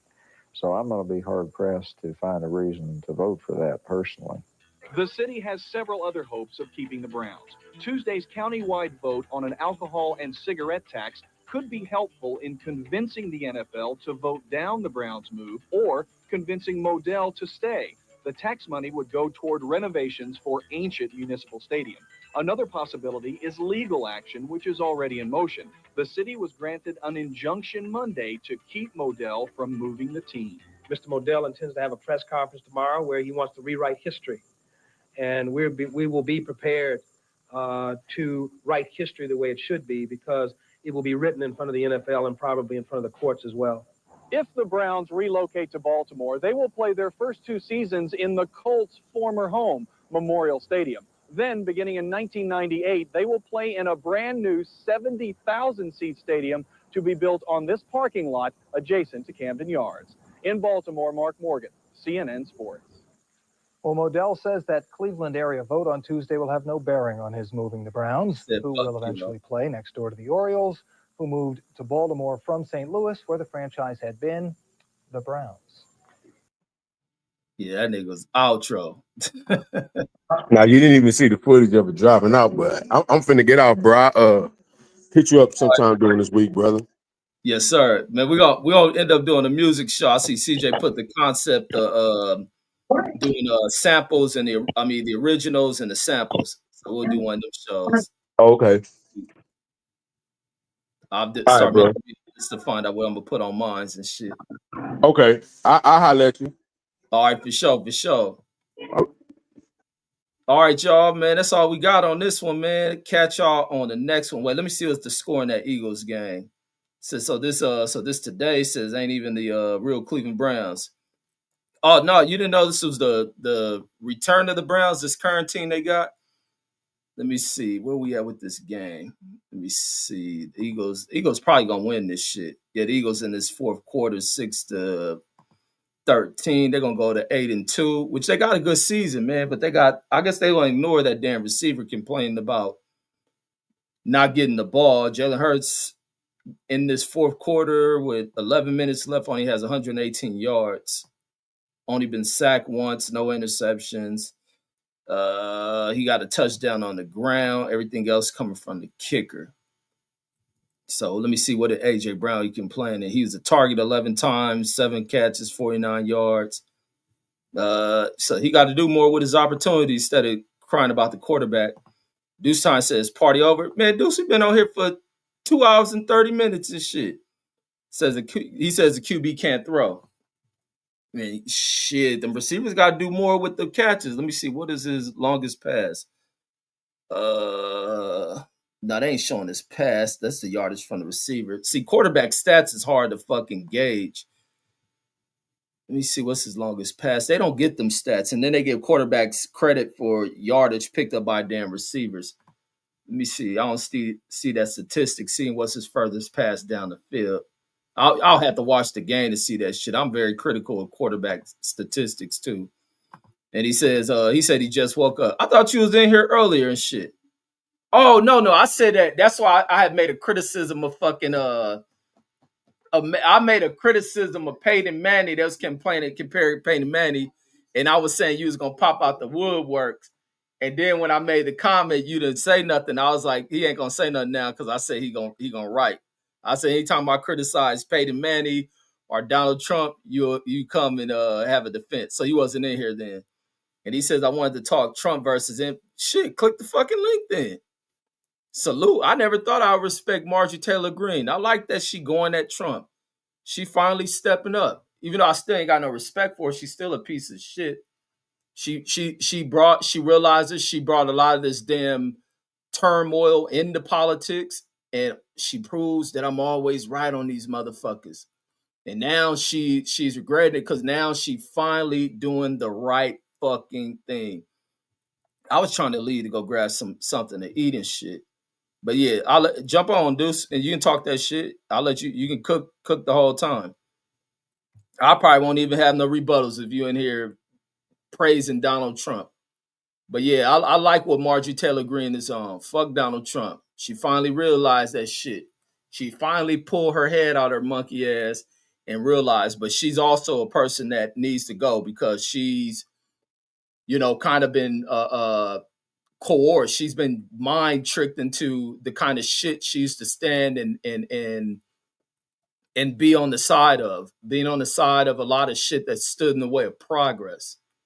And then she sees the way in which a lot of these old privileged chumps utilize this privilege, turn it into power, and then create these systems that protect them and allow them to prey upon other people, especially children and shit. And that, I'm glad she woke up to that shit. He says we'll cook on another time. Okay, you don't want to jump on? All right, so I'm gonna jump out. He says if you're done, that's cool. No, you can jump on. Let me know if you want to jump on to cook on that. I wasn't gonna stay on long because I'm gonna go grab something to eat and shit. Since while we on, let me see if you want to jump on. Let me know before I hit this end button. Let me see. No, I ain't tripping like that. I can always make something if I stay on too damn long. He says no. Okay. All right, for sure, cuzzo. We'll be back on. I'll be on this mug tomorrow and shit. And then we'll do the show with the music. We'll do the music show this week. But I'll catch y'all on the next one, folks. Peace.